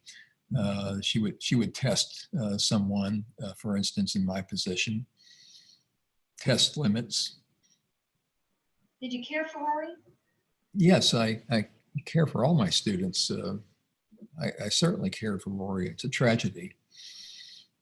Yeah. At all of the practices and the scrimmages and the games in which Rory was at, do you believe that she was always living up to this potential that you just described? Not necessarily. No, as I mentioned a moment ago, she could push against authority, and sometimes that could be reflected in the quality of her play on the field. And besides pushing against authority, what about her level of focus? Did she always look like she was paying attention? She was generally, yes. As I noted, she was an exceptional player, and that calls for focus upon the game. It calls for a lot of other attributes in a player, but yes, she was focused. What about goofing off in practice? Had you ever seen Rory doing that? Oh, Rory, well, like any young person, occasionally would goof off. There are times when the team kind of collectively lets down their guard, perhaps after a victory, perhaps at a practice. That's just part of dealing with young people. And what about on September 7th, 2018? That was a day in which we had a practice. Our practices usually run about 2 to 3 hours. Rory that day was not doing well on the field. And when you say she wasn't doing well, what exactly do you mean? Well, she was, I sometimes use the phrase dogging it, goofing off, unfocused. There were instances in which she had obvious opportunities to make strategic passes, and she did not do so. She was out of position. She was not charging the ball during the practice. I recall that there were a couple occasions in which she had an open net and an easy shot to goal, and she did not make it. Tell me about the weather condition that day on September 7th, 2018. What was it like outside? It was hot. It was a hot, sunny day. Well, Coach, if it's hot outside, why do you allow your players to practice and perform in that kind of a heat? Well, soccer is played through the fall, and many fall days can be quite hot. They can be very unseasonable even. And a team doesn't play well in weather conditions to which it is not accustomed. And so we make it a point to practice on some hot sunny days to make sure that the team is properly conditioned or acclimated to the conditions under which they will be expected to play in actual games. So just so I'm clear, had you ever practiced in the type of weather that you found on September 7th, 2018? Well, yes, as I noted, I've been in coaching for 26 years, various sports as well. And you just, for the outdoor sports, at least, you inevitably end up with practices that occur under a hot sun. Now, a moment ago, you just described a Rory who was a star player, but who was goofing off on September 7th. How exactly did you handle that? I think that discipline is just absolutely important when you're dealing with young people. And Rory was a standout on our team. As I noted, she was underperforming that day significantly, and that can affect the tenor of team play. And so I moved to some disciplinary measures that are not uncommon, certainly not at Waco High. And what disciplinary measures are you referring to exactly? There's one disciplinary measure that we use out on the field. It's called the Burma Road. It's nothing new at Waco High. It's something of a tradition among those who have played in the various outdoor sports at Waco High. And as you watched Rory complete this Burma Road drill, Coach, did you notice if there was anything wrong with her? She seemed to be fine, although she continued to, in my estimation, dog it, goof off. She, as I've noted, did not seem to have focus. So when you saw that Rory wasn't focusing on the Burma Road drill, what exactly did you do next? Well, I decided to try a new drill. The substance of the new drill is actually not new. It involves slide tackling, which is a common maneuver in soccer. And when you say that this was a new drill, how exactly did you set this up? Well, I set it up so that Rory was facing the other players on the team, who I lined up about 10 yards in front of Rory in a single file fashion. And as Rory, under the drill, which we see in games, very typical, Rory would begin dribbling the ball. And at that point, the player at the front of the line would come forward in an attempt to slide tackle Rory, which would, of course, take the ball from Rory. As you watched Rory complete this new type of drill, did it appear that she was struggling? No, she seemed fine, but I will note it did not necessarily lead to the type of focus I was expecting from Rory. She continued, in my estimation, to dog it, to play without focus, to play without the type of conviction I expect from an athlete of her caliber. And at any point during this new slide tackle drill, did Rory approach you, seeing that she couldn't handle it? No, she did not, no. As far as you know, did Rory approach the trainer that you have on staff, Jess Mayweather? Not to my knowledge. Can you tell us exactly what happened to Rory during the slide tackle drill? On about the 14th or 15th slide tackle, Rory went down. She'd gone down on the prior slide tackles. It's a physical tackle. It's intended to take the ball from the advancing player. And on that tragic moment, she went down on the ground, as she had previous tackles, and convulsed and passed away. Coach Taylor, if you thought that Rory wasn't capable of performing this new drill, would you have made her do it? By heavens, no. No, safety. Discipline's important. Safety is paramount.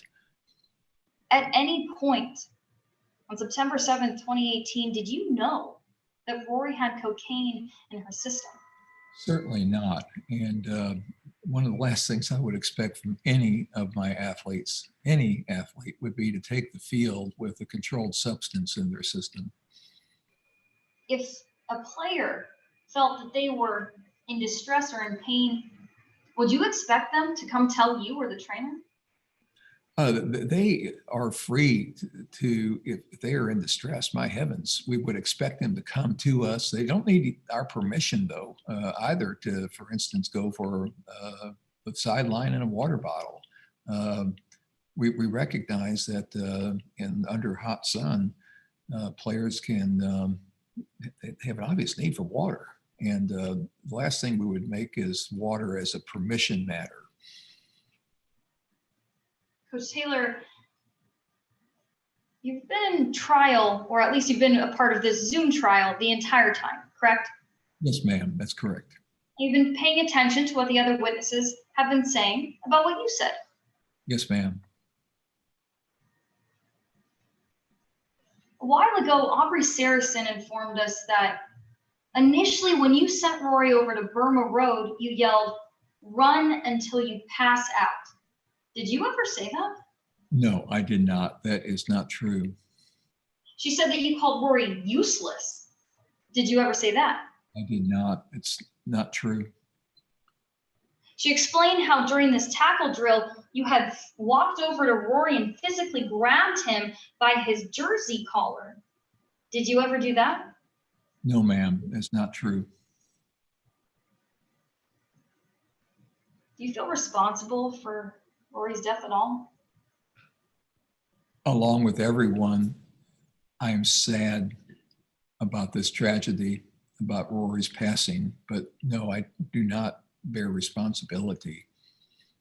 I had a player with coke in their system. Pass the witness. Cross-examination by the plaintiff. Yes, Your Honor. Good afternoon, Coach Taylor. Good afternoon.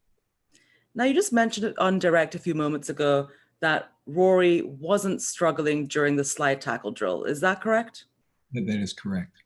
So it's your testimony today that Rory was not struggling during that drill?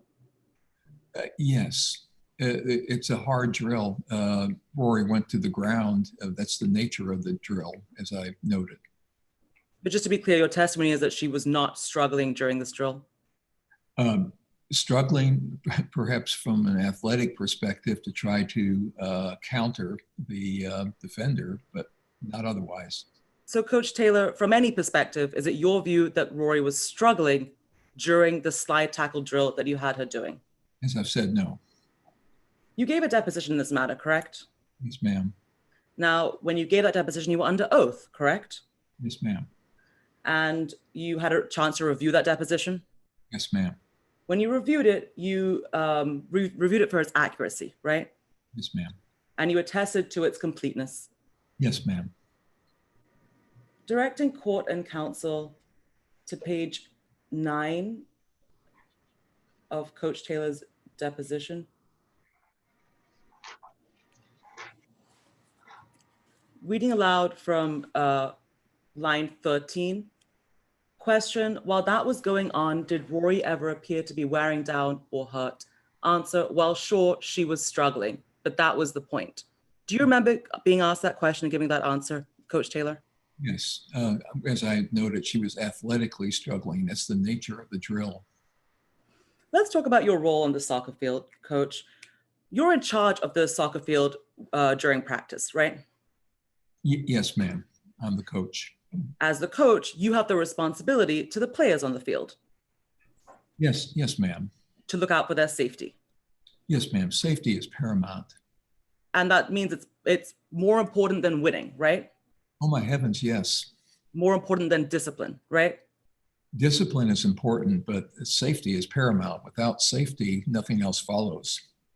Now, in order to keep a player safe, that means keeping the player healthy, right? Yes, ma'am. On top of being a soccer coach, you are also a health teacher at Waco High. Yes, ma'am. Players' health can be a concern during hot weather. You'd agree with that? Yes, ma'am. Now, if you see a player on the field struggling, even athletically, you can help them, right?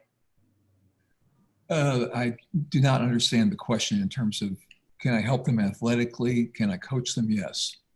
Well, Coach Taylor, you differentiated between struggling and athletically struggling. So if either of those happen to a player on the field, you can address that, right? As the head coach on the field? Yes, yes. But as I noted too, no permission is required. Players can look after certain aspects of their own well-being. I'm going to bring you back to what's under your control, Coach. You can agree that you could get a struggling player water, right? Yes, ma'am. You agree you could get a struggling player medical attention. Yes, ma'am, certainly. You agree you could call over a trainer. Yes, ma'am. You have the power on the field to end practice. Yes, ma'am. All of that is under your control as the head coach on the soccer field, right? Ma'am. Now, you mentioned on direct that you keep up with safety guidelines in your industry, right? Yes, it's something that I very much focus upon to make sure that I'm following the best recommendations and guidelines that are available. This includes attending the annual meeting of the Texas High School Soccer Coaches, right? Yes, ma'am. You remember attending that on June 15th, 2018, right? Yes, ma'am. To be clear, that was before Rory Street died, right? Yes, ma'am. Directing court and counsel to Exhibit 11. Coach Taylor, do you have the exhibit in front of you? No, I do not, ma'am. Is it possible for you to locate an exhibit packet in front of you, Coach? I will consult the court personnel. Yes. This is it right here. Your Honor, we were informed that the witness would have a copy of the record in front of them. It is a little difficult over Zoom for me to approach the witness with the document. Well, assuming a copy can be made available to the witness remotely, you certainly don't have to approach to go into it. Coach Taylor, have you obtained a copy of the document? I have, Your Honor, yes. All right. Then Ms. Fitzpatrick, continue with your examination, please. Coach Taylor, are you looking at what's being marked for identification as Exhibit 11? Yes, ma'am. Now you recognize those as the slides from the presentation from the Texas High School Soccer Coaches meeting, right? Yes, ma'am. You recognize them because you've seen them before. Yes, ma'am. Now those are in the same or substantially the same condition as when you last saw them. Yes, ma'am. Your Honor, at this time, the plaintiff offers Exhibit 11 into evidence, Your Honor. Is there objection? Object to hearsay, Your Honor. May I respond, Your Honor? You may. This witness has gone in extensively into the safety guidelines and industry practices in his industry. We're not using this for the truth of the matter asserted, but rather to show that this witness was on notice when he saw these slides and then decided to ignore the recommendations in there. We're not using this for the truth, and therefore it is not hearsay, Your Honor. Any response from defendant? No, Your Honor, just that so long as they're not being offered for the truth, that these are the standards, then we're fine with that. All right, with that clarification, ladies and gentlemen of the jury, I'll admit these into evidence. They are not to be considered for the truth of the matter asserted. All right, plaintiff's counsel may proceed. Coach Taylor, referring to Exhibit 11 in front of you, these are copies of the slides you saw at that meeting on June 15, correct? Yes, ma'am. Now, in these slides, it talks about holding practices in high temperatures. Do Yes, you see that? Yes. We can agree that on September 7th, it was hot outside, right? Yes, ma'am. It was over 100 degrees. Yes, ma'am. Now here it reads, when temperatures reach above 100 degrees, practices must include a 5-minute break every 15 minutes. You see that? Yes, ma'am. You didn't have a break in your practices every 15 minutes, correct? No, ma'am. In between Rory going to do the Burma Road drill and her collapsing on the ground, you didn't have any breaks, right?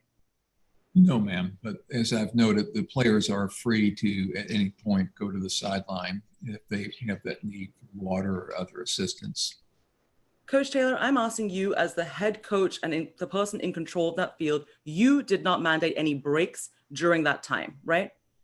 No, because my players understand that they have the ability to look after their welfare if they are overheating.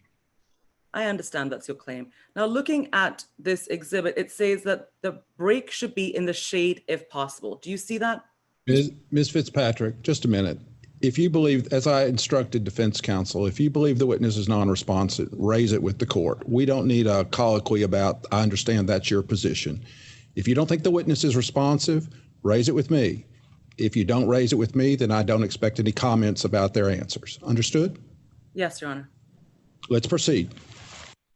Now, going back to Exhibit 11, Coach Taylor, it says that breaks should be given in the shade if possible. Do you see that? Yes, ma'am. There was no shade on your soccer field on September 7th, right? No. Now let's talk about what happened with Rory at practice that day. You said on direct that you were frustrated by Rory's performance at practice. That is correct. You believe that she was goofing off. That is correct. Nothing gets you angrier than when a player isn't listening to you, right, Coach? If I might offer, I don't get angry. I'm disappointed because I want to get the best performance out of my athletes, consistent, of course, with their safety. That's a matter of discipline. Coach Taylor, isn't it accurate that nothing gets you heated up quicker than a player who won't listen to you? No, that is not true. My heavens. I get far more concerned about a player that would be ignoring their own welfare. You remember the deposition we just referred to, right, Coach Taylor? Yes, ma'am. Mm-hmm. You remember giving that deposition? Yes, ma'am. I'm referring court and counsel to page 5. The question on line 11. Question, how was Rory doing during the scrimmage? Moving down to line 18, the answer, and nothing will get your heat up quicker than a player that won't listen. Do you remember giving that answer? Yes. Your Honor, if I may be heard, Your Honor, we just asked that the previous line be read to the record instead of removing it out of context and just reading one specific line. Well, Ms. Lighty, based on the doctrine of optional completeness, if you want to readdress these particular deposition selections when counsel for the plaintiff passes the witness, you'll have that latitude. Yes, Your Honor. All right, let's proceed. You remember giving that answer, right, Coach Taylor, at your deposition? Yes, ma'am. Now, you started yelling at Rory at this practice, right? I don't know what you mean necessarily by yelling. That's uncertain. That can be a loud voice. And if it means a loud voice, if it means a voice that is very directive, yes, I yell. You would call what you did to Rory that day yelling, right, Coach Taylor? If it's defined as I just noted, yes. Well, after you yelled at Rory, you then made her do drills, right? That is correct. And that was in order to teach her a lesson, right? To teach her how to perform at her optimal level. So that's a yes to my question, to teach her a lesson? A lesson about optimal performance, yes. Yes, ma'am. Now, the first drill you made Rory do was run Burma Road, right? That is correct. Yes, ma'am. Now, Burma Road involves sprinting for 30 yards, right? Yes, ma'am.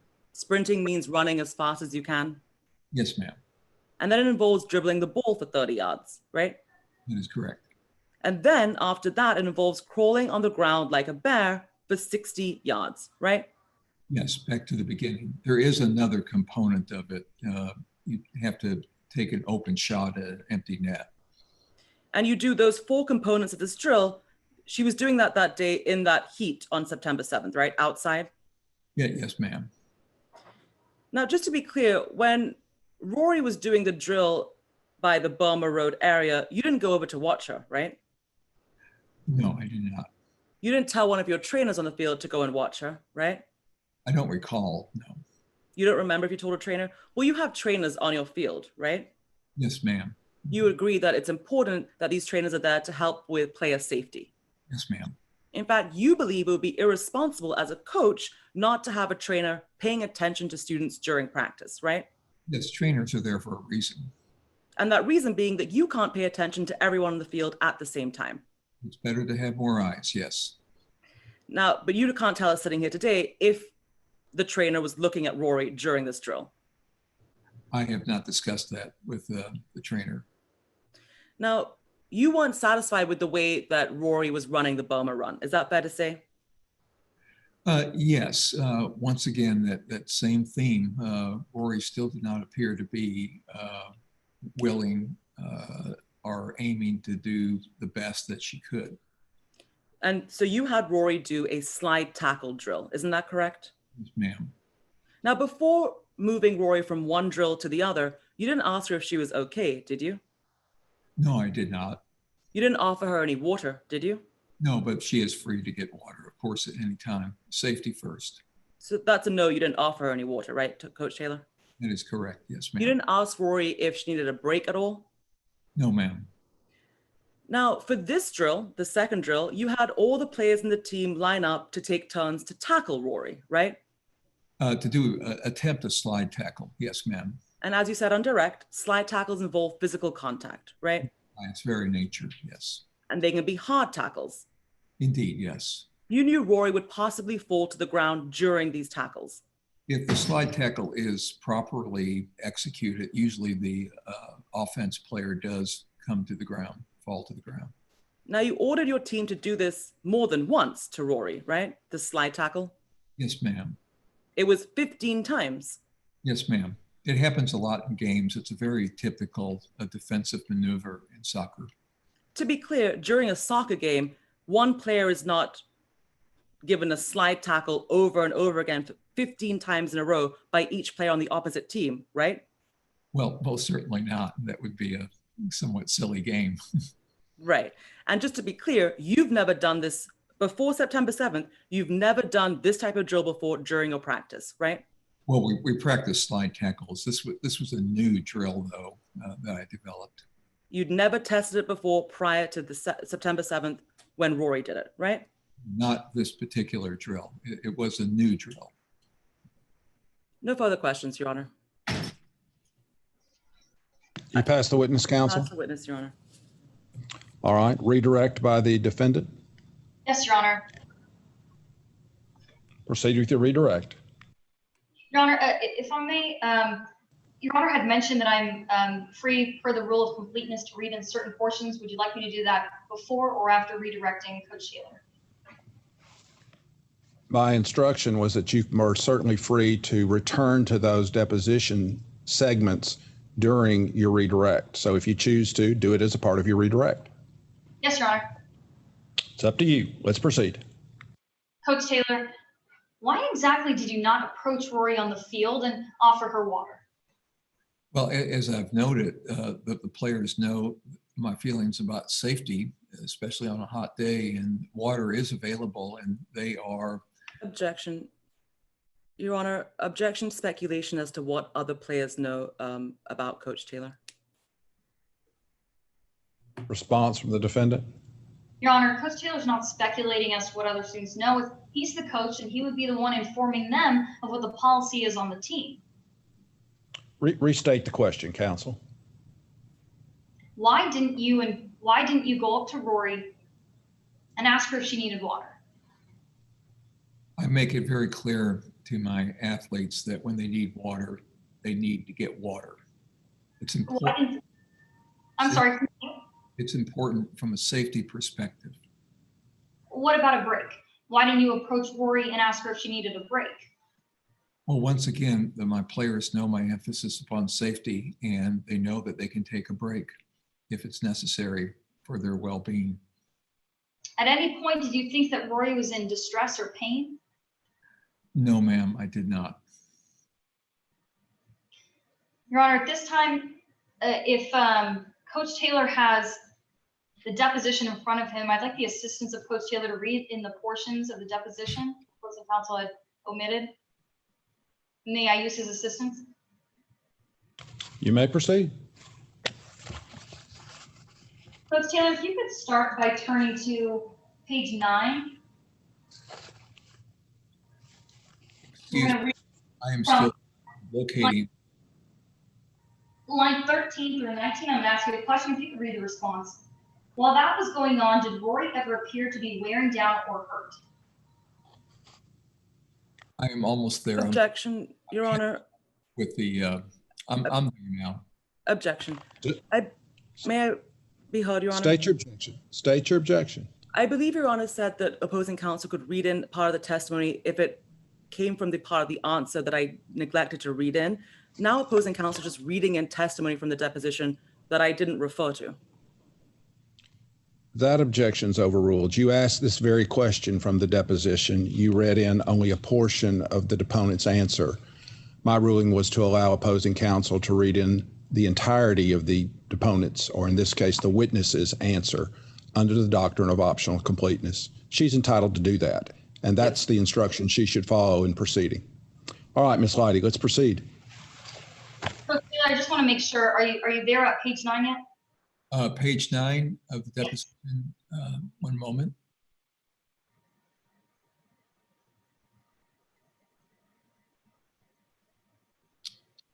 Yes, I am there now.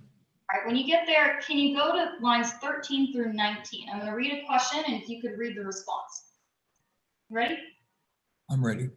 13 through 19. Yes, sir. While that was going on, did Rory ever appear to be wearing down or hurt? Well, sure, she was struggling, but that was the point. But let me be clear, she never showed signs that she was struggling to the point of needing medical attention. If that had happened, I would have stopped the drill immediately, but I never saw anything like that.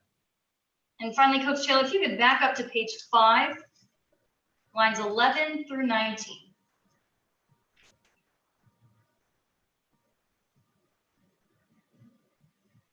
I'm going to read a question, if you could read the response. How was Rory doing during the scrimmage? Page 5, 11 through 19.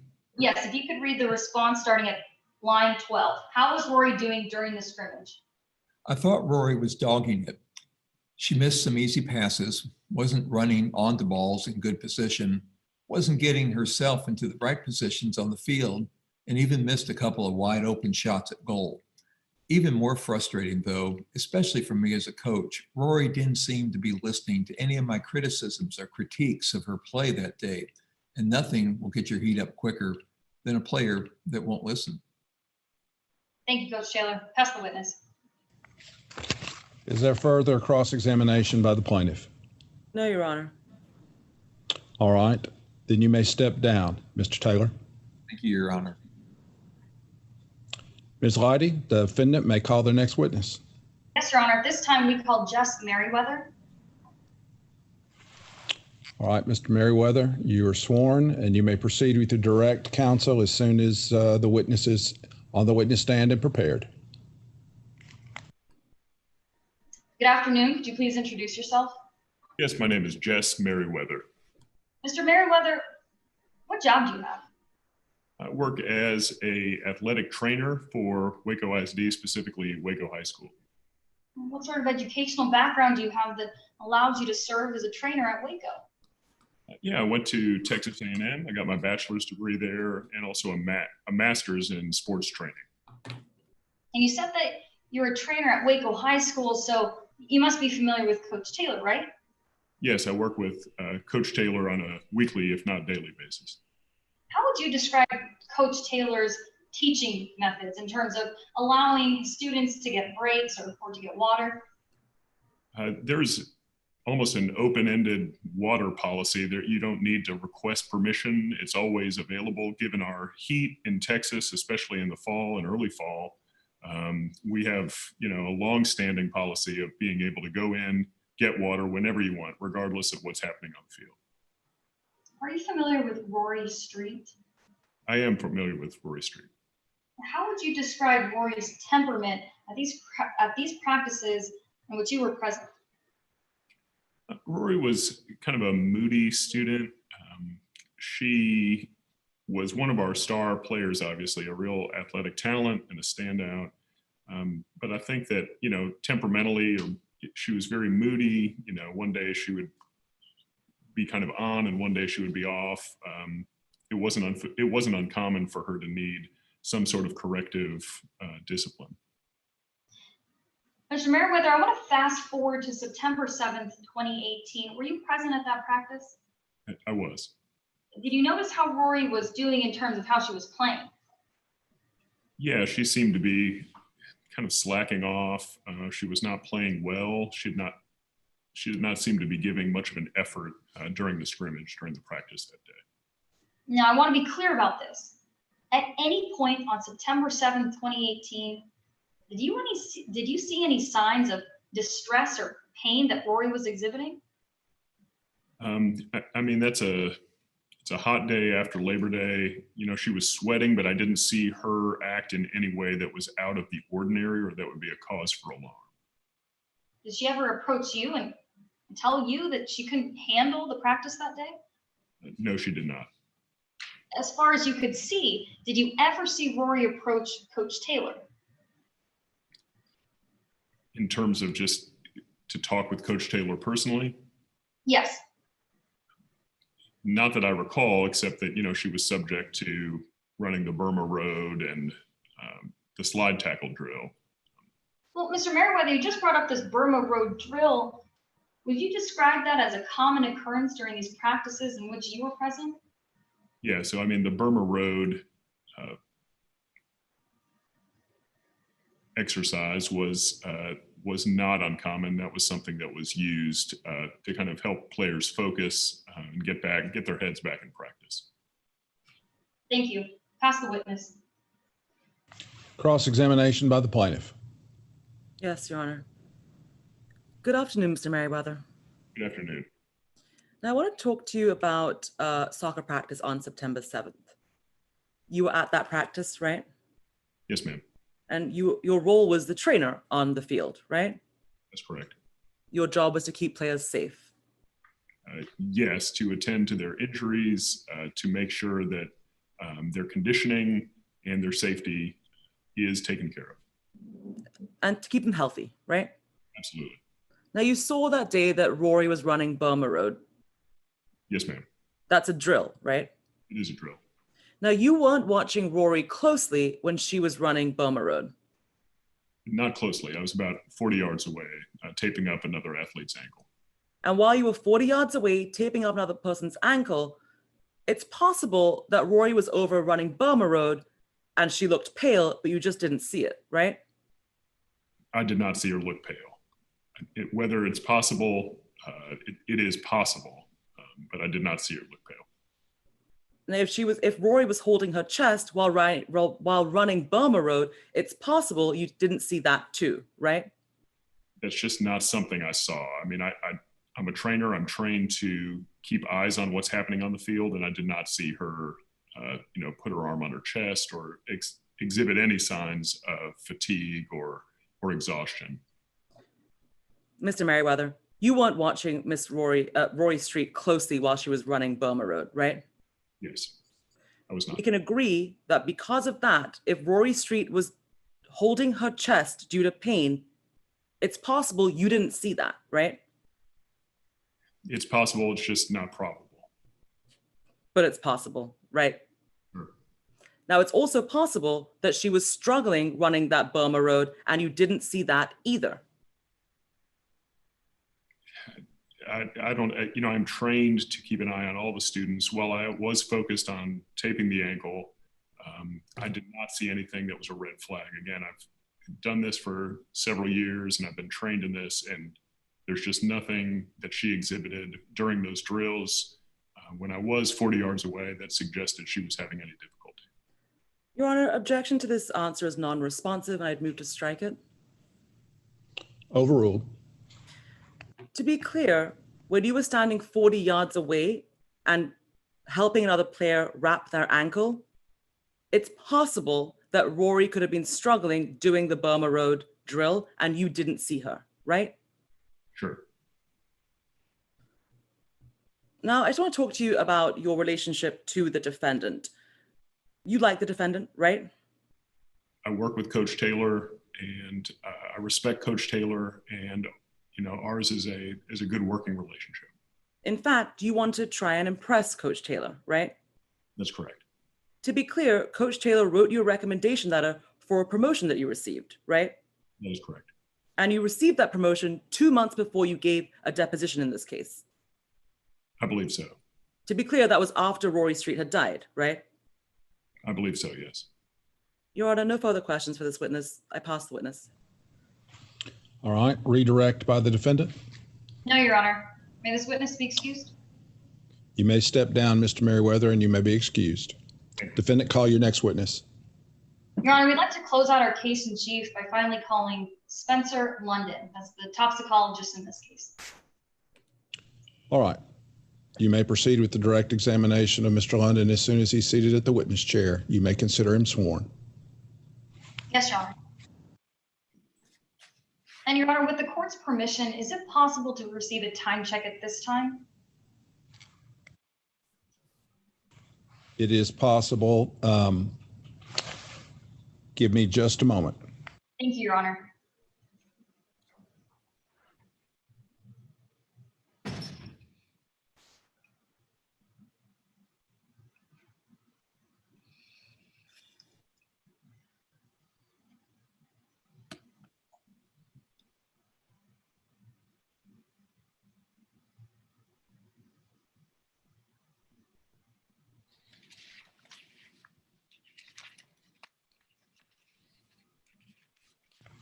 At this point, counsel, both plaintiff and defendant have 29 minutes each remaining.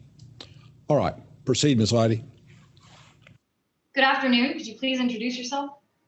Hello, my name is Spencer London. Ms. London, what do you do for a living? I am a toxicologist. Can you describe for us exactly what the duties are of a toxicologist? Well, as you probably know, toxicology involves the science of toxins or poisons or substances.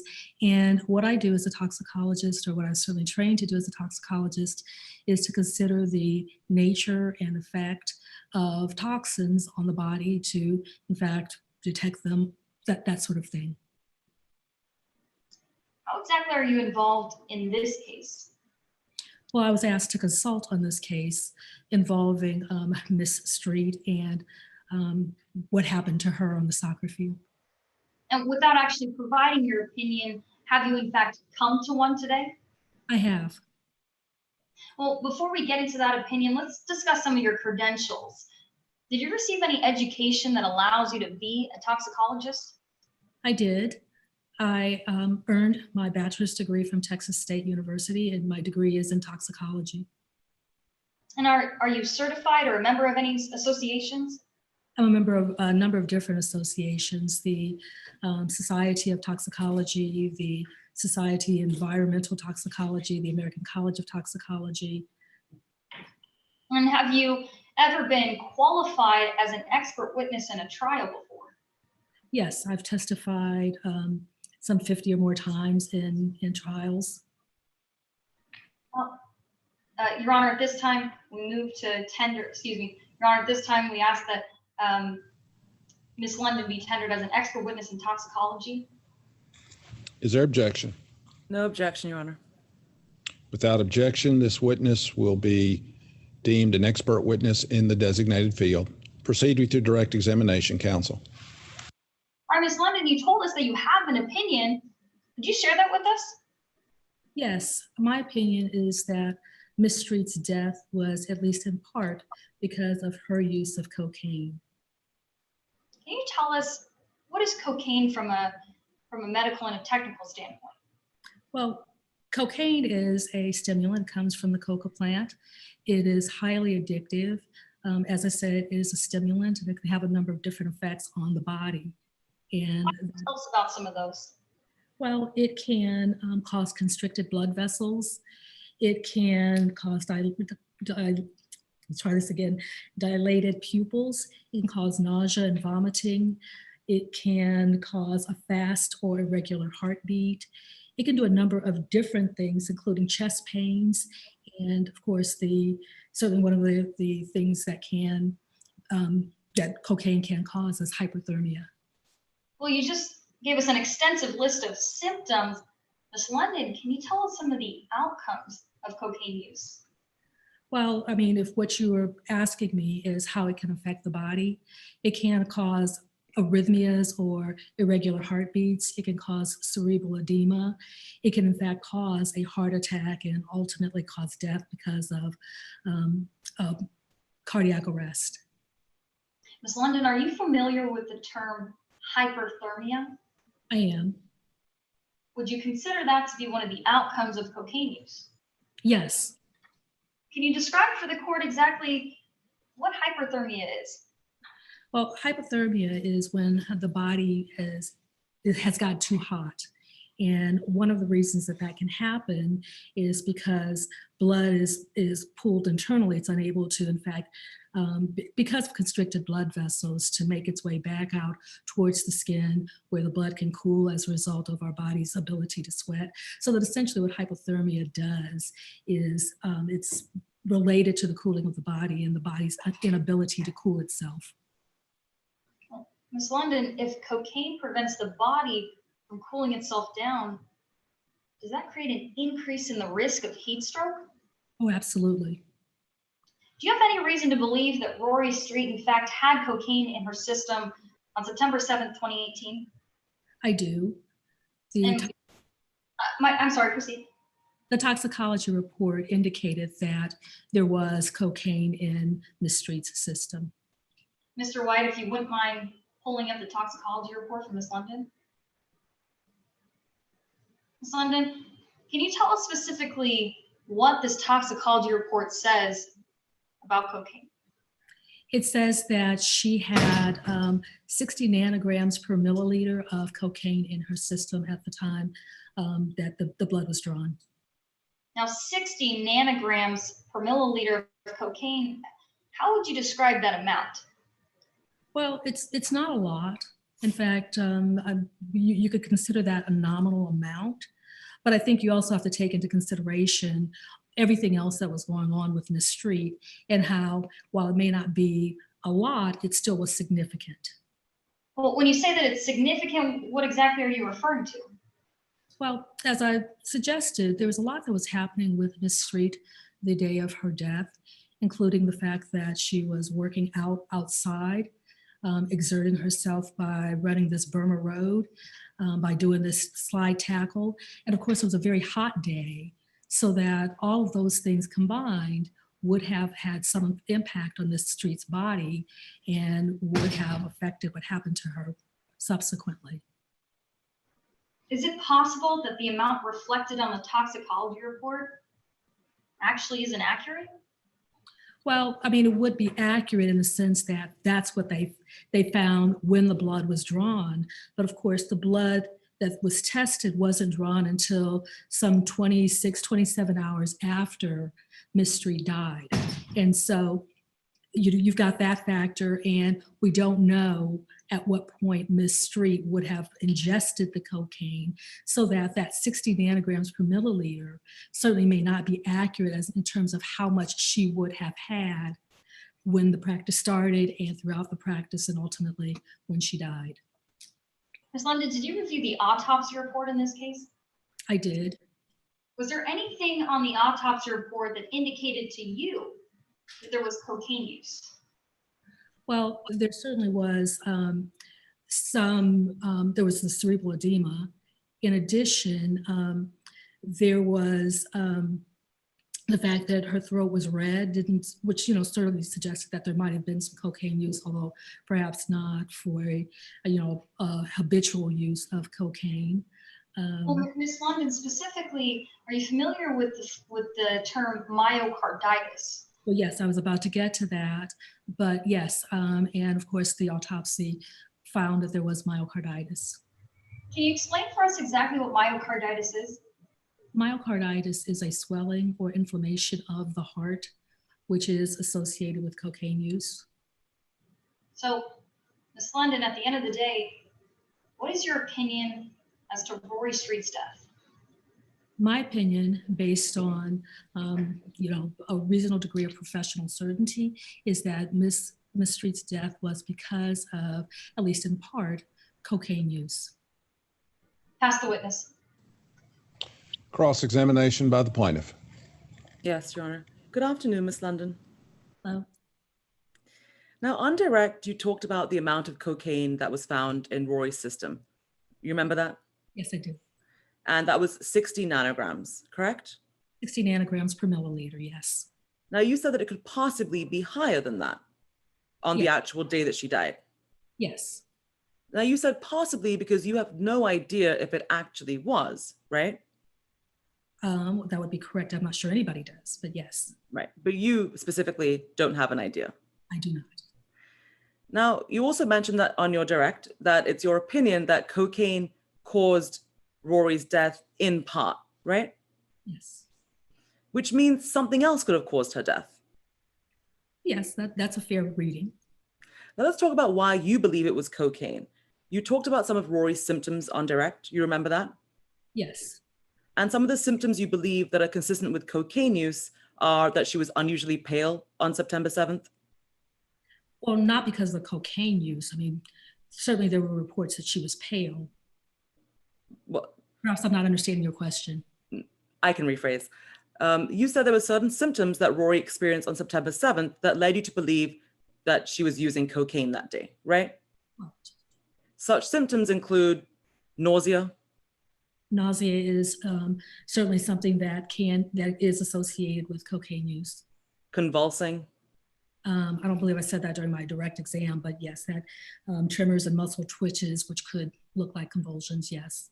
You said that in your report that you created for this matter, right? Convulsing, struggling, Yes, vomiting, yes. I don't trouble breathing. As a symptom, I didn't say that that's what she had, but yes, These are all symptoms that could be associated with cocaine use, right? yes, Now, you also know that the symptoms I just listed are also consistent with heat exhaustion and or heat stroke, right? yes, And you know that they're consistent with fatal heat stroke. yes. Judge Gilstrap, I'm sorry. Yes. One of our scoring judges had her power go out, so she's fallen off the meeting. If we can hold on for just a moment, she's going to try to rejoin on her phone. If we can give her just a moment to join before we continue on. All right. Let us know when she's back on. I will do. I'll come right back on as soon as she's back on the meeting. Everybody will just stand down in the meantime and go off the record until we hear more.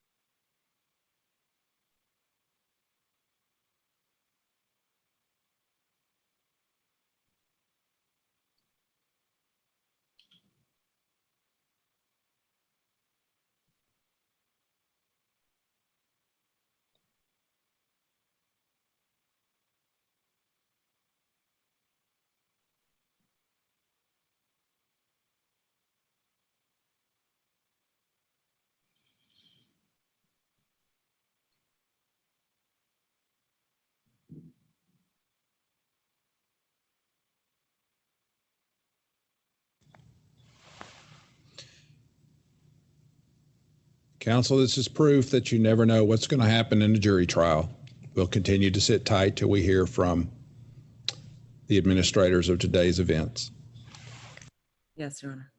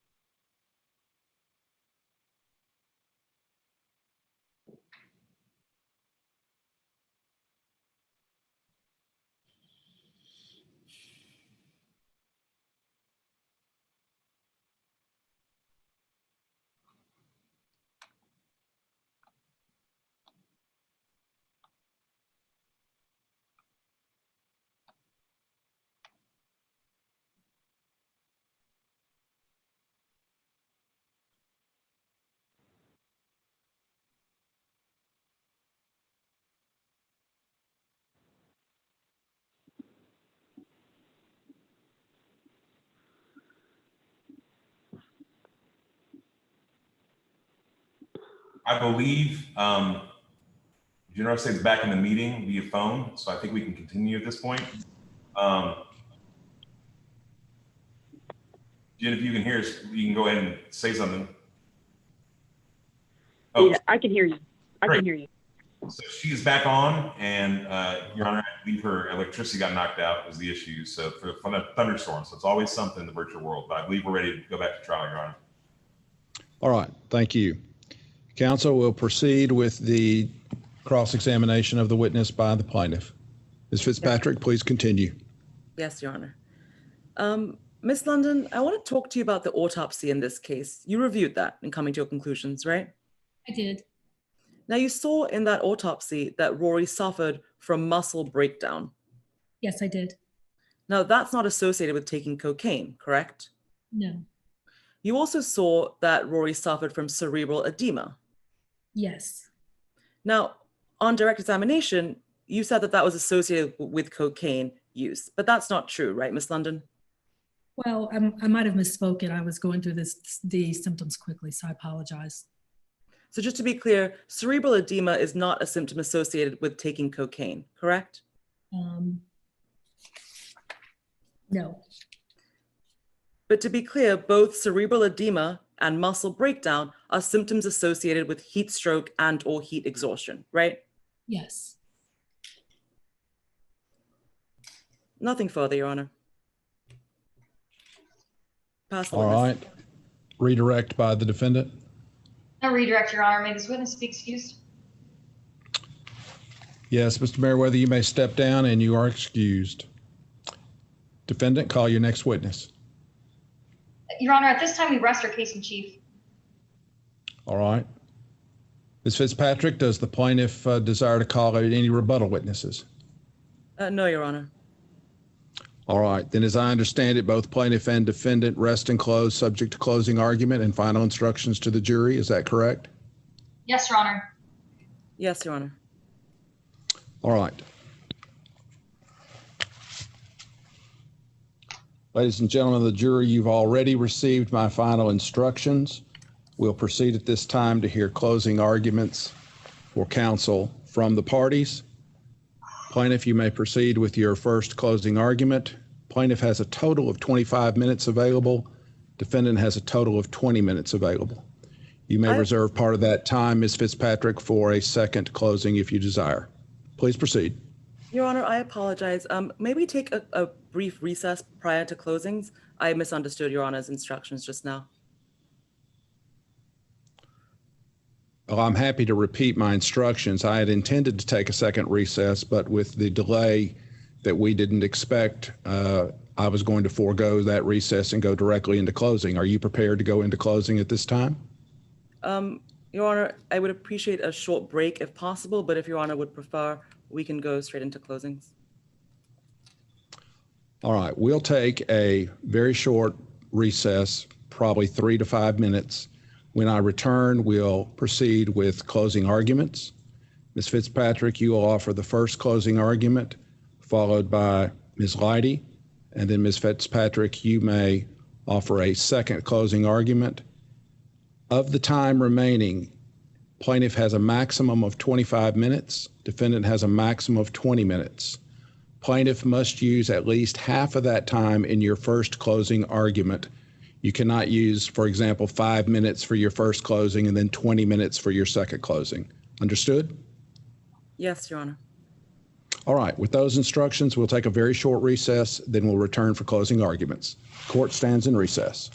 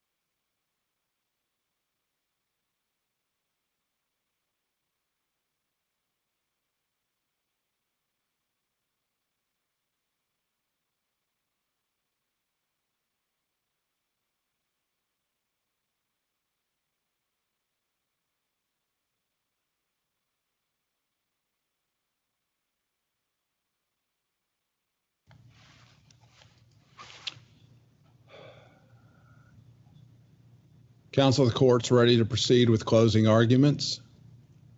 Are counsel prepared and ready to go forward? Yes, Your Honor. Yes, Your Honor. All right, Ms. Fitzpatrick, you may address the jury with your first closing argument. You're useless on the field, so I might as well run you until you pass out. Those are not the words of a reasonable person. That is not what a person charged with protecting his players' health and safety should be saying. But those words, run you until you pass out, is what the defendant told Rory Street moments before she collapsed during soccer practice, shaking, convulsing, and then dying because of the negligent action of her coach, the person responsible for her health and safety. The defendant prioritized discipline over safety and winning over health. And Rory Street was a victim of this. What occurred on the defendant's soccer field on September 7th was egregious. It was preventable and it was negligent. Your Honor, we have proven today by a preponderance of the evidence that the defendant was negligent in both his drills and his decisions on September 7th. He had a duty to conduct practice in a reasonable manner that protected the health and safety of his players like Rory Street. Instead, Coach Taylor breached this duty by going against safety regulations, giving Rory no breaks, providing her with inadequate supervision, and ordering her to perform physically grueling drills which he had never tested before. All of this resulted in the death of my client's daughter and any hopes that she had of a future. Now let's talk about the ways in which the defendant breached his duty to conduct his practice in a reasonable manner. Now, make no mistake, this was not a regular soccer practice. The defendant was angry. Now, you heard him on cross, nothing gets the defendant more heated than a player who isn't listening. Now, I had to impeach Coach Taylor during cross-examination in order for him to admit this, which means I confronted him with his prior statement because he did not want to admit that on the stand. And that's because he knows it looks bad if he was angry at Rory on September 7th that day. Because the defendant lost his temper, he decided to punish Rory by having her run the Burma Road drill. And he did that in that over 100-degree weather outside on September 7th. Now, this drill consisted of sprints, dribbling, and then crawling on the ground on your hands and knees like an animal. This drill was designed to punish, and that's exactly what the defendant intended to do. Now, you heard today at trial that Rory was visibly in pain.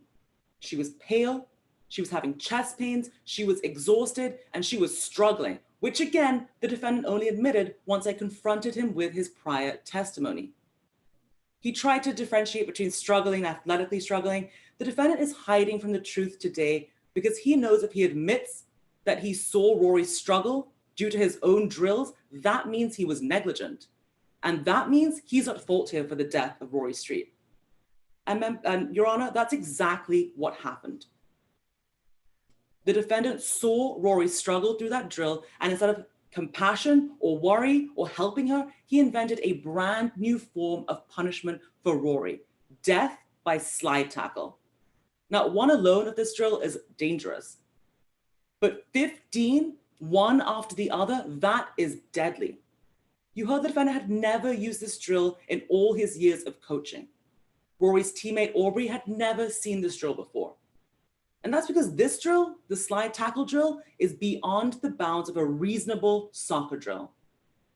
Now, the defendant told you these involve physical contact, and the defendant ordered the whole soccer team to line up and take turns slide tackling into Rory, knocking her down. Now, you heard after the first one, the defendant had to yank Rory back up by her jersey because she couldn't get up on her own. 15 of these in a row, that's a death sentence. And all of this took place in the scorching, unforgiving heat that day.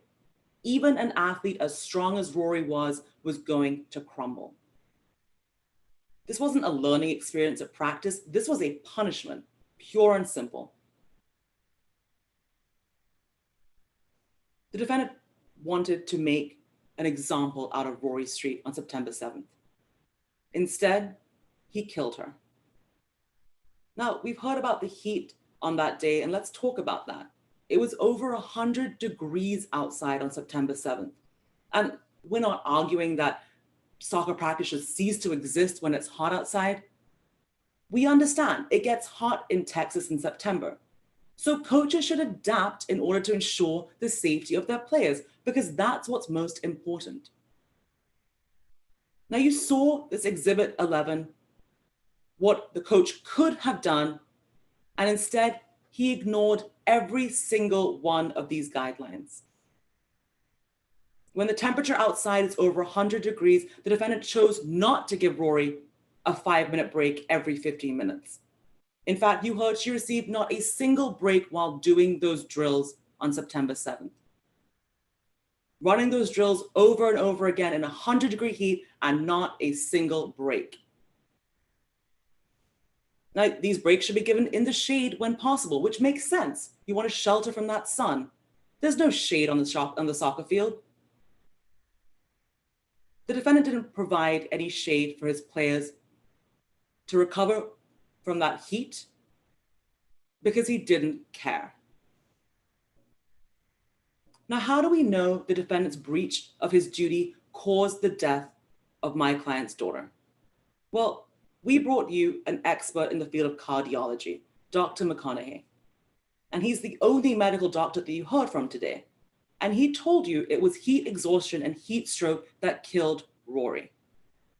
Now, he walked you through the symptoms that Rory showed before she died, and then the signs of heat exhaustion and heat stroke in the autopsy that was performed after she died. The cerebral edema and the muscle breakdown that was found is indicative of heat stroke. And as for the symptoms, excessive thirst, pale skin, weakness, fatigue, sweating, seizures, Aubrey sat up here and told you how she could see these visible signs and that Rory was clearly in pain and struggling during that practice on September 7th. You know who ignored those clear signs? The defendant. The defendant chose to ignore these signs, but Your Honor, you must not ignore them in coming to your verdict. If Aubrey could see all of this, so could the defendant. She just didn't care, and that is negligence.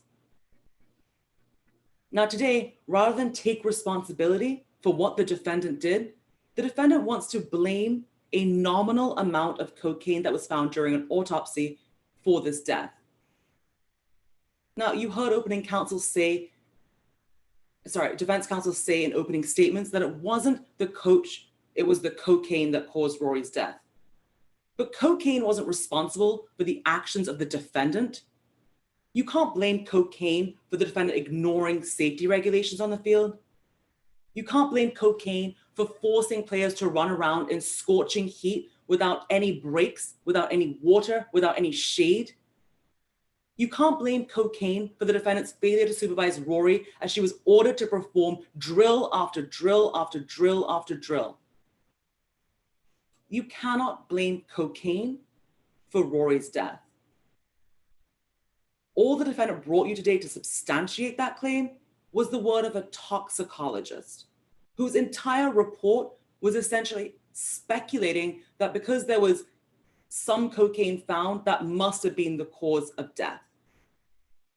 But Your Honor, even she, their hired gun, could only blame the cocaine in part. Ms. London could not get past the heat stroke that the defendant caused in this matter. Also, our expert, the medical doctor that we brought you with degrees in biology and chemistry, told you unequivocally it was not the cocaine that caused Rory's death. It was the heat.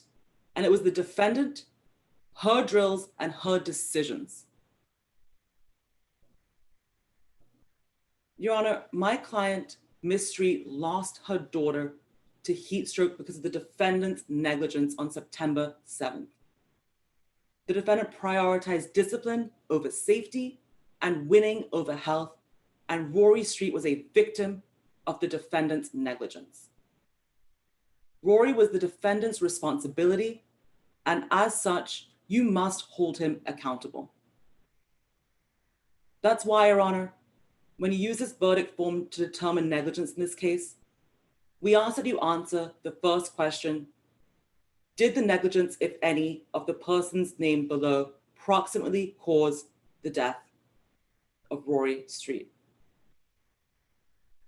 As to Reese Taylor, the answer is yes. As to Rory Street, the answer is no. The defendant, Coach Taylor, is responsible for the death of Rory Street. It was his drills, his decisions that killed her. He failed to supervise Rory adequately, failed to provide enough breaks from the scorching sun, and forced her to perform drills that had never been tested. This resulted in her death, and as such, we ask that you find him liable. Thank you. The court will now hear closing arguments from the defendant. Yes, Your Honor.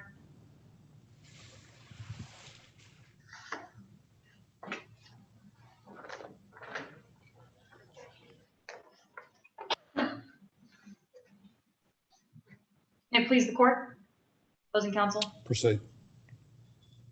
The problem wasn't the coach, it was the cocaine. Not a single person on that soccer field knew that when Rory stepped out that day, she had cocaine running through her veins, because she kept that information to herself. She told no one, not another teammate, not the trainer, and certainly not Coach Reese Taylor. In this case, none of the discipline, none of the intervention, and certainly not any of the safety measures would have prevented this kind of tragedy. Because when it came to Rory's death, it wasn't about the cocaine. Excuse me, it wasn't the coach. It was the cocaine. Your Honor, when it comes to assigning fault today, you're going to be guided by one very important document. It's called the jury charge. And it's a document that opposing counsel just showed you. You see, it contains instructions on how to evaluate the evidence presented today. And it's going to help you come to a verdict by answering two questions. One, was Reese Taylor negligent? And two, was his conduct the proximate cause of Rory's death? Let's take those questions one at a time, starting with negligence. You see, negligence means the failure to use care. And for someone in Coach Taylor's position, it means failing to act like a reasonable and a responsible coach would.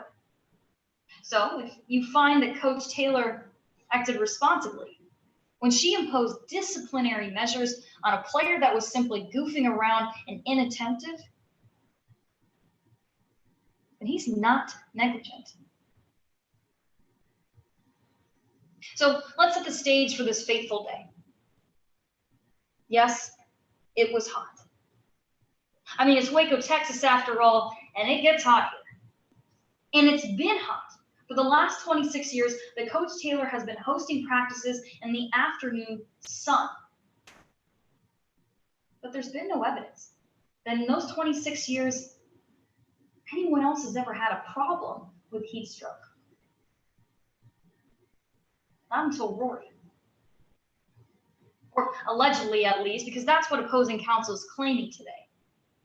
This had nothing to do with cocaine use, but that being out in the sun in and of itself is what caused Rory's death. But you have to ask yourself, why didn't it affect any of the other teammates? Rory wasn't the only one out on the field that day. In fact, the entire team was there because it was a scrimmage. And yet, what you heard today from both trainer Jess Merriweather and Coach Reese Taylor is that not a single one of the other teammates on the team, including Aubrey Saracen, had any difficulty with the sun. Practice after practice after practice had been performed in this very heat, at these very temperatures, at this very time. And what we know from the kind of open communication system that both Coach Taylor and trainer Merriweather described, if an athlete wants water, they can ask for it. If they want a break, they can take one. And if they have a problem, they can speak up for themselves and go visit the trainer or go visit the coach. Because that's how a responsible coach runs a responsible, reasonable practice.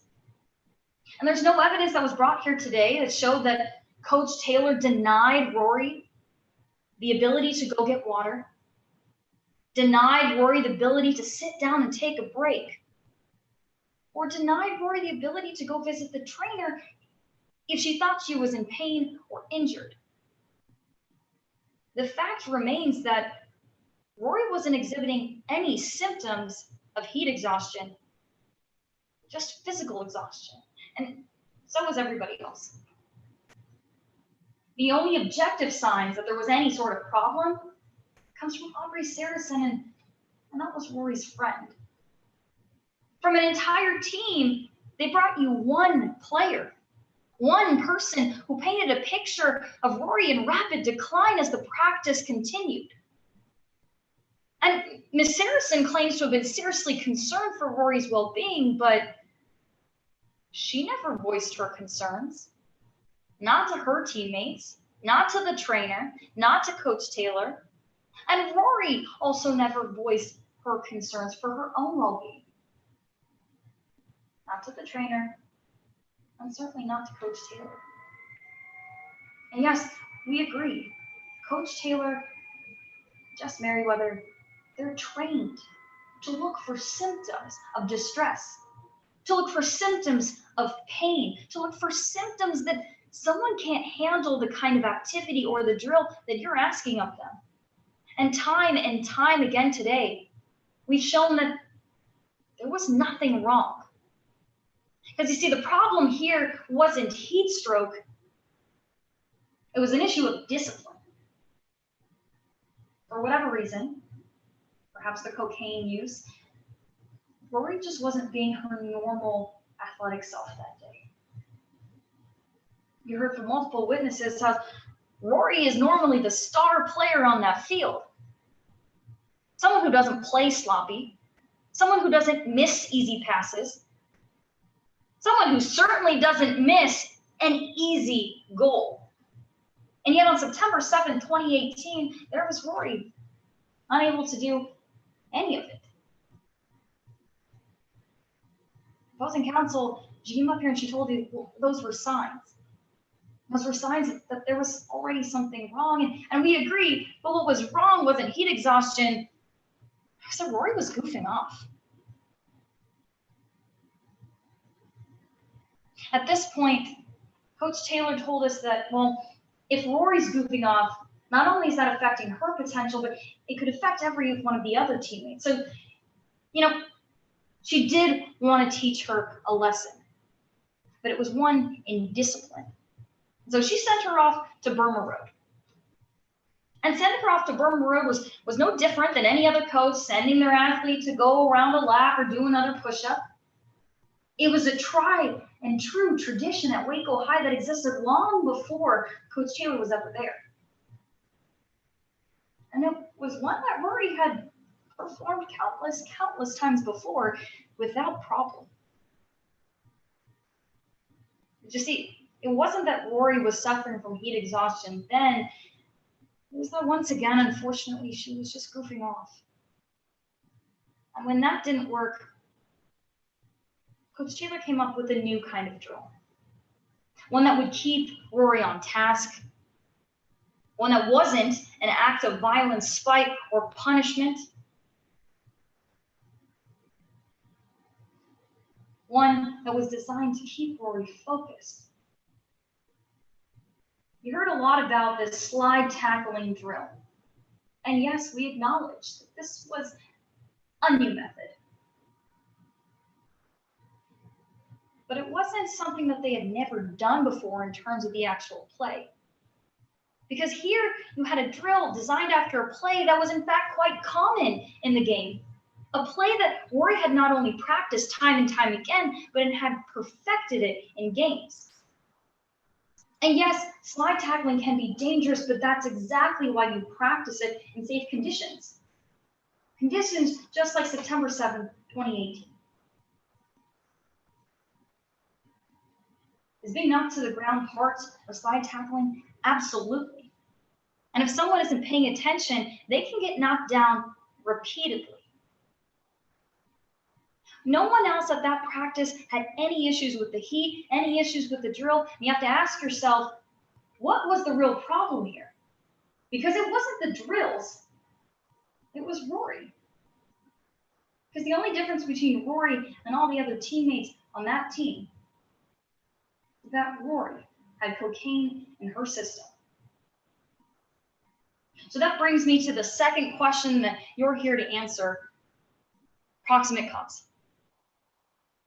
Was Coach Taylor's conduct the cause of Rory's death? Now, from the autopsy report that you're going to get a chance to see, you can tell that, well, the cause of death was sudden cardiac arrest. But when you flip to that second page, you're also going to see a very, very important note from the coroner, one that indicates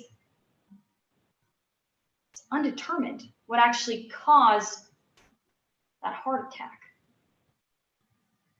So really the only issue here today was, well, was it the heat stroke or was it the cocaine? And so we brought you a toxicologist who explained to you that all of Rory's symptoms were consistent, at least in part, with cocaine use.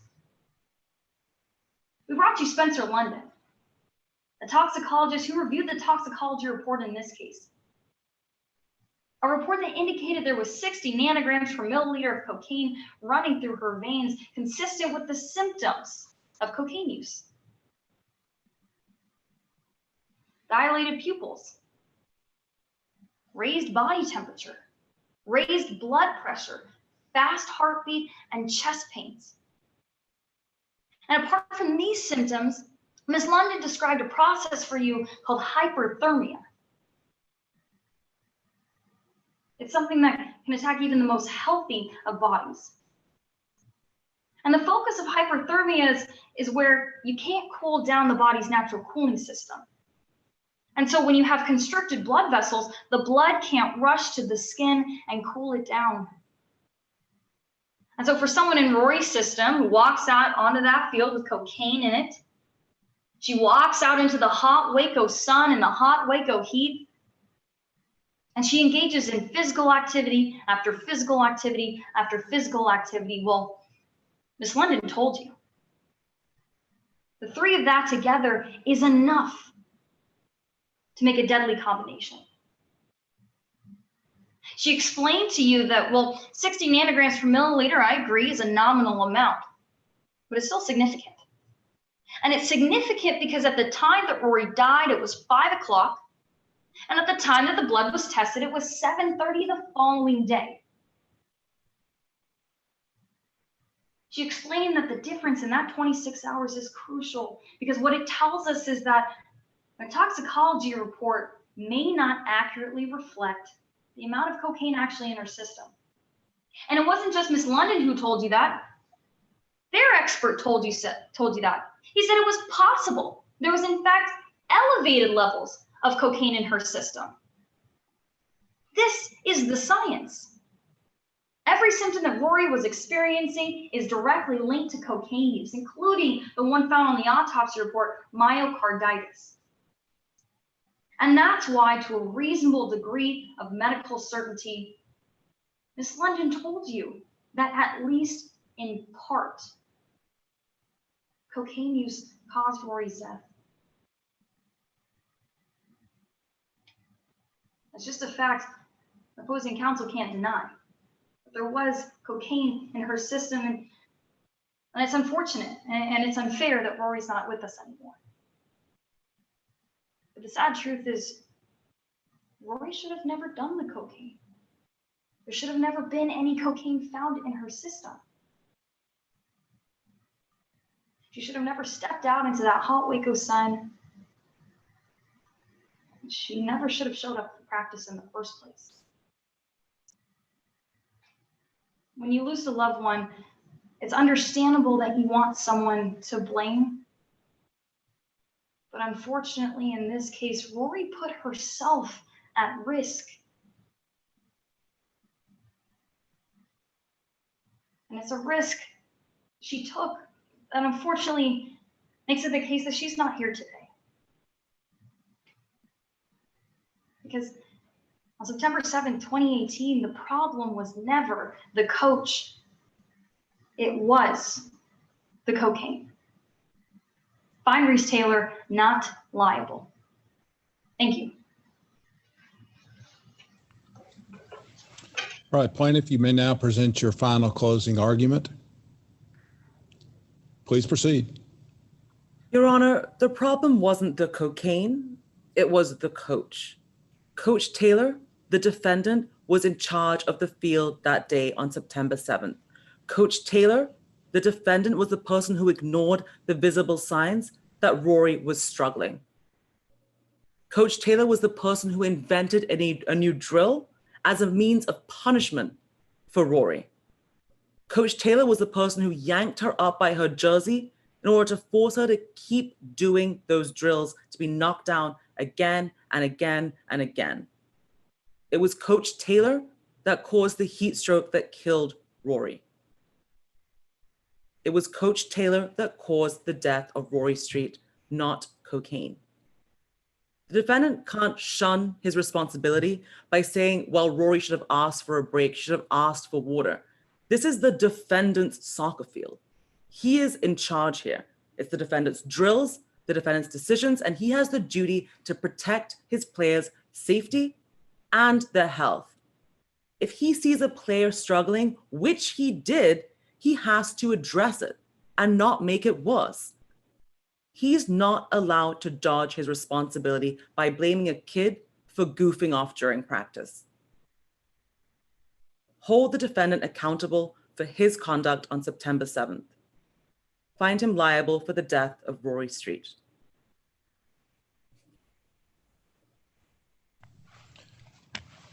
Thank you, counsel. That completes the trial in this case. We await the jury's verdict. And scoring judges, if you'll go ahead and send your ballots into me by email, and if everybody else will stay in the room, we'll come back as soon as we can tabulate those ballots, and we will announce the winner of Top Gun 11. Thank you.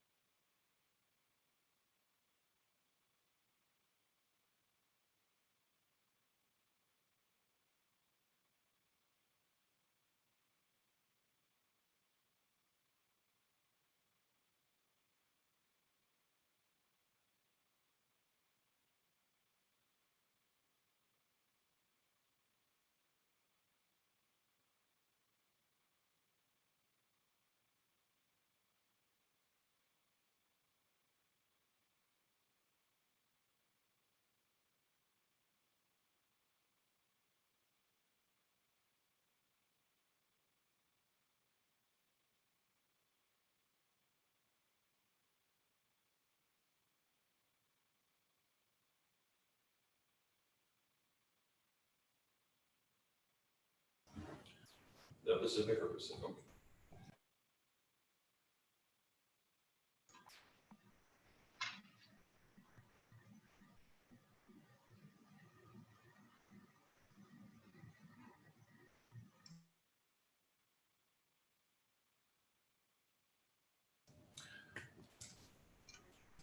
Judge Gilstrap, we are back with a decision. And we have a couple of things we wanted to say before we get to that. Judge Gilstrap will announce the decision in just a moment, but we want to make you sweat it out a little longer because that's what we always do with these tournaments. I want to take a second before we go any further, and I want to thank our scoring judges and introduce them to you for a moment because we have a very impressive group of people who've given their time today. And I also want to take a second to thank the Honorable Rodney Gilstrap, who is sat on the bench with us today and presided over this trial. He is the chief judge of the Eastern District of Texas, which sits in Marshall, Texas, and a big supporter of our program. And it is such a pleasure to have a real federal judge a chief federal judge sitting for a trial like this. It's an honor for the competitors, an honor for us. So thank you, Judge Gilstrap. You're also being judged today by another judge, the Honorable Laura Livingston, who is the judge of the 261st District Court that sits in Travis County, Texas. And so not only did you have one true judge, you had two true judges sitting on your panel today and evaluating your accuracy. And we thank you so much, Judge Livingston.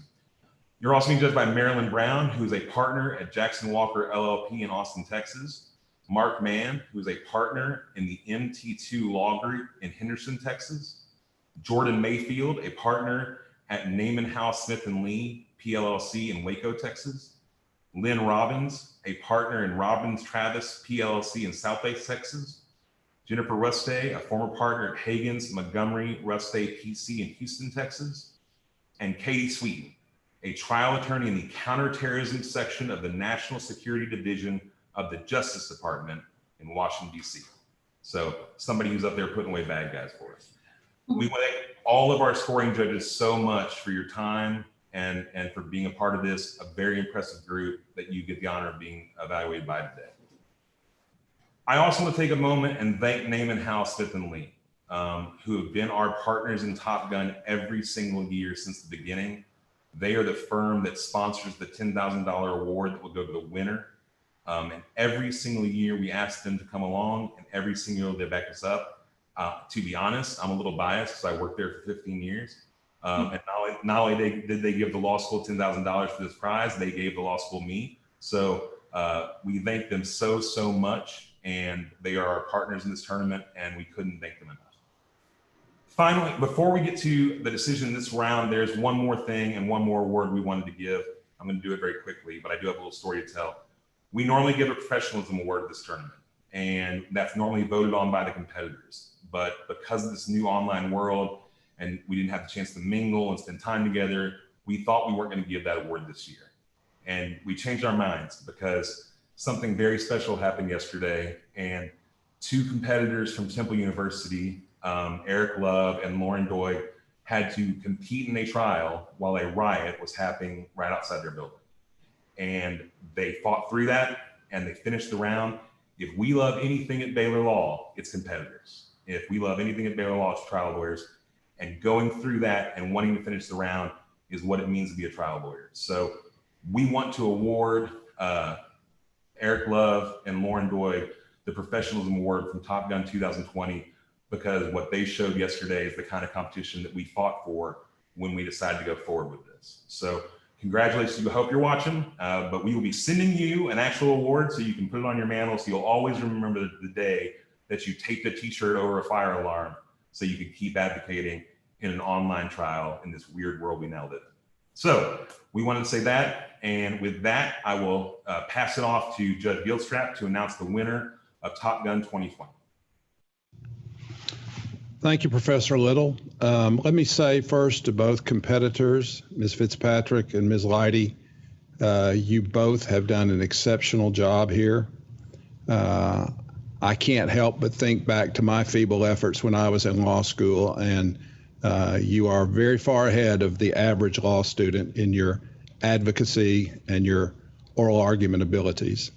I look forward to the careers of both of you in the future. I hope at some point you'll get to try a lawsuit in the United States District Court for the Eastern District of Texas. I'd love to preside in a real case with a real jury with both of you at some point if fate should bring that to pass. But there are no tie ball games in this legal profession that we are all a part of. There is only one winner, and that's the case with this competition. And based on the judgment of the judging jurors in this case, after careful scrutiny and a lot of deliberation, the winner for this year's Top Gun competition is Simone Leidy of the University of the Pacific McGeorge School of Law. Congratulations to her, and congratulations to Ms. Fitzpatrick from Fordham University.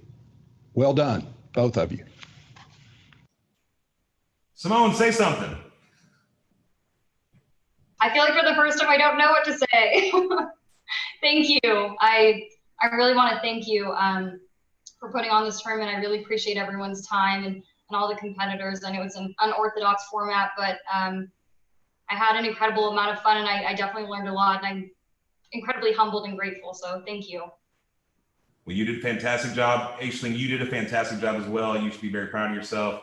Your trophies and Simone, the money is on the way. So congratulations to our Top Gun for 2020. It's a tremendous honor. Congratulations to everyone who took part in this tournament, everyone who watched this tournament. We're so happy we got to do it. We're so happy we got to watch these fantastic advocates do their work. And with that, that's the end of the weekend. So everybody can log off the meeting. We appreciate it so, so much. Thank y'all. Thank you. Thank you. Thank you, Robert.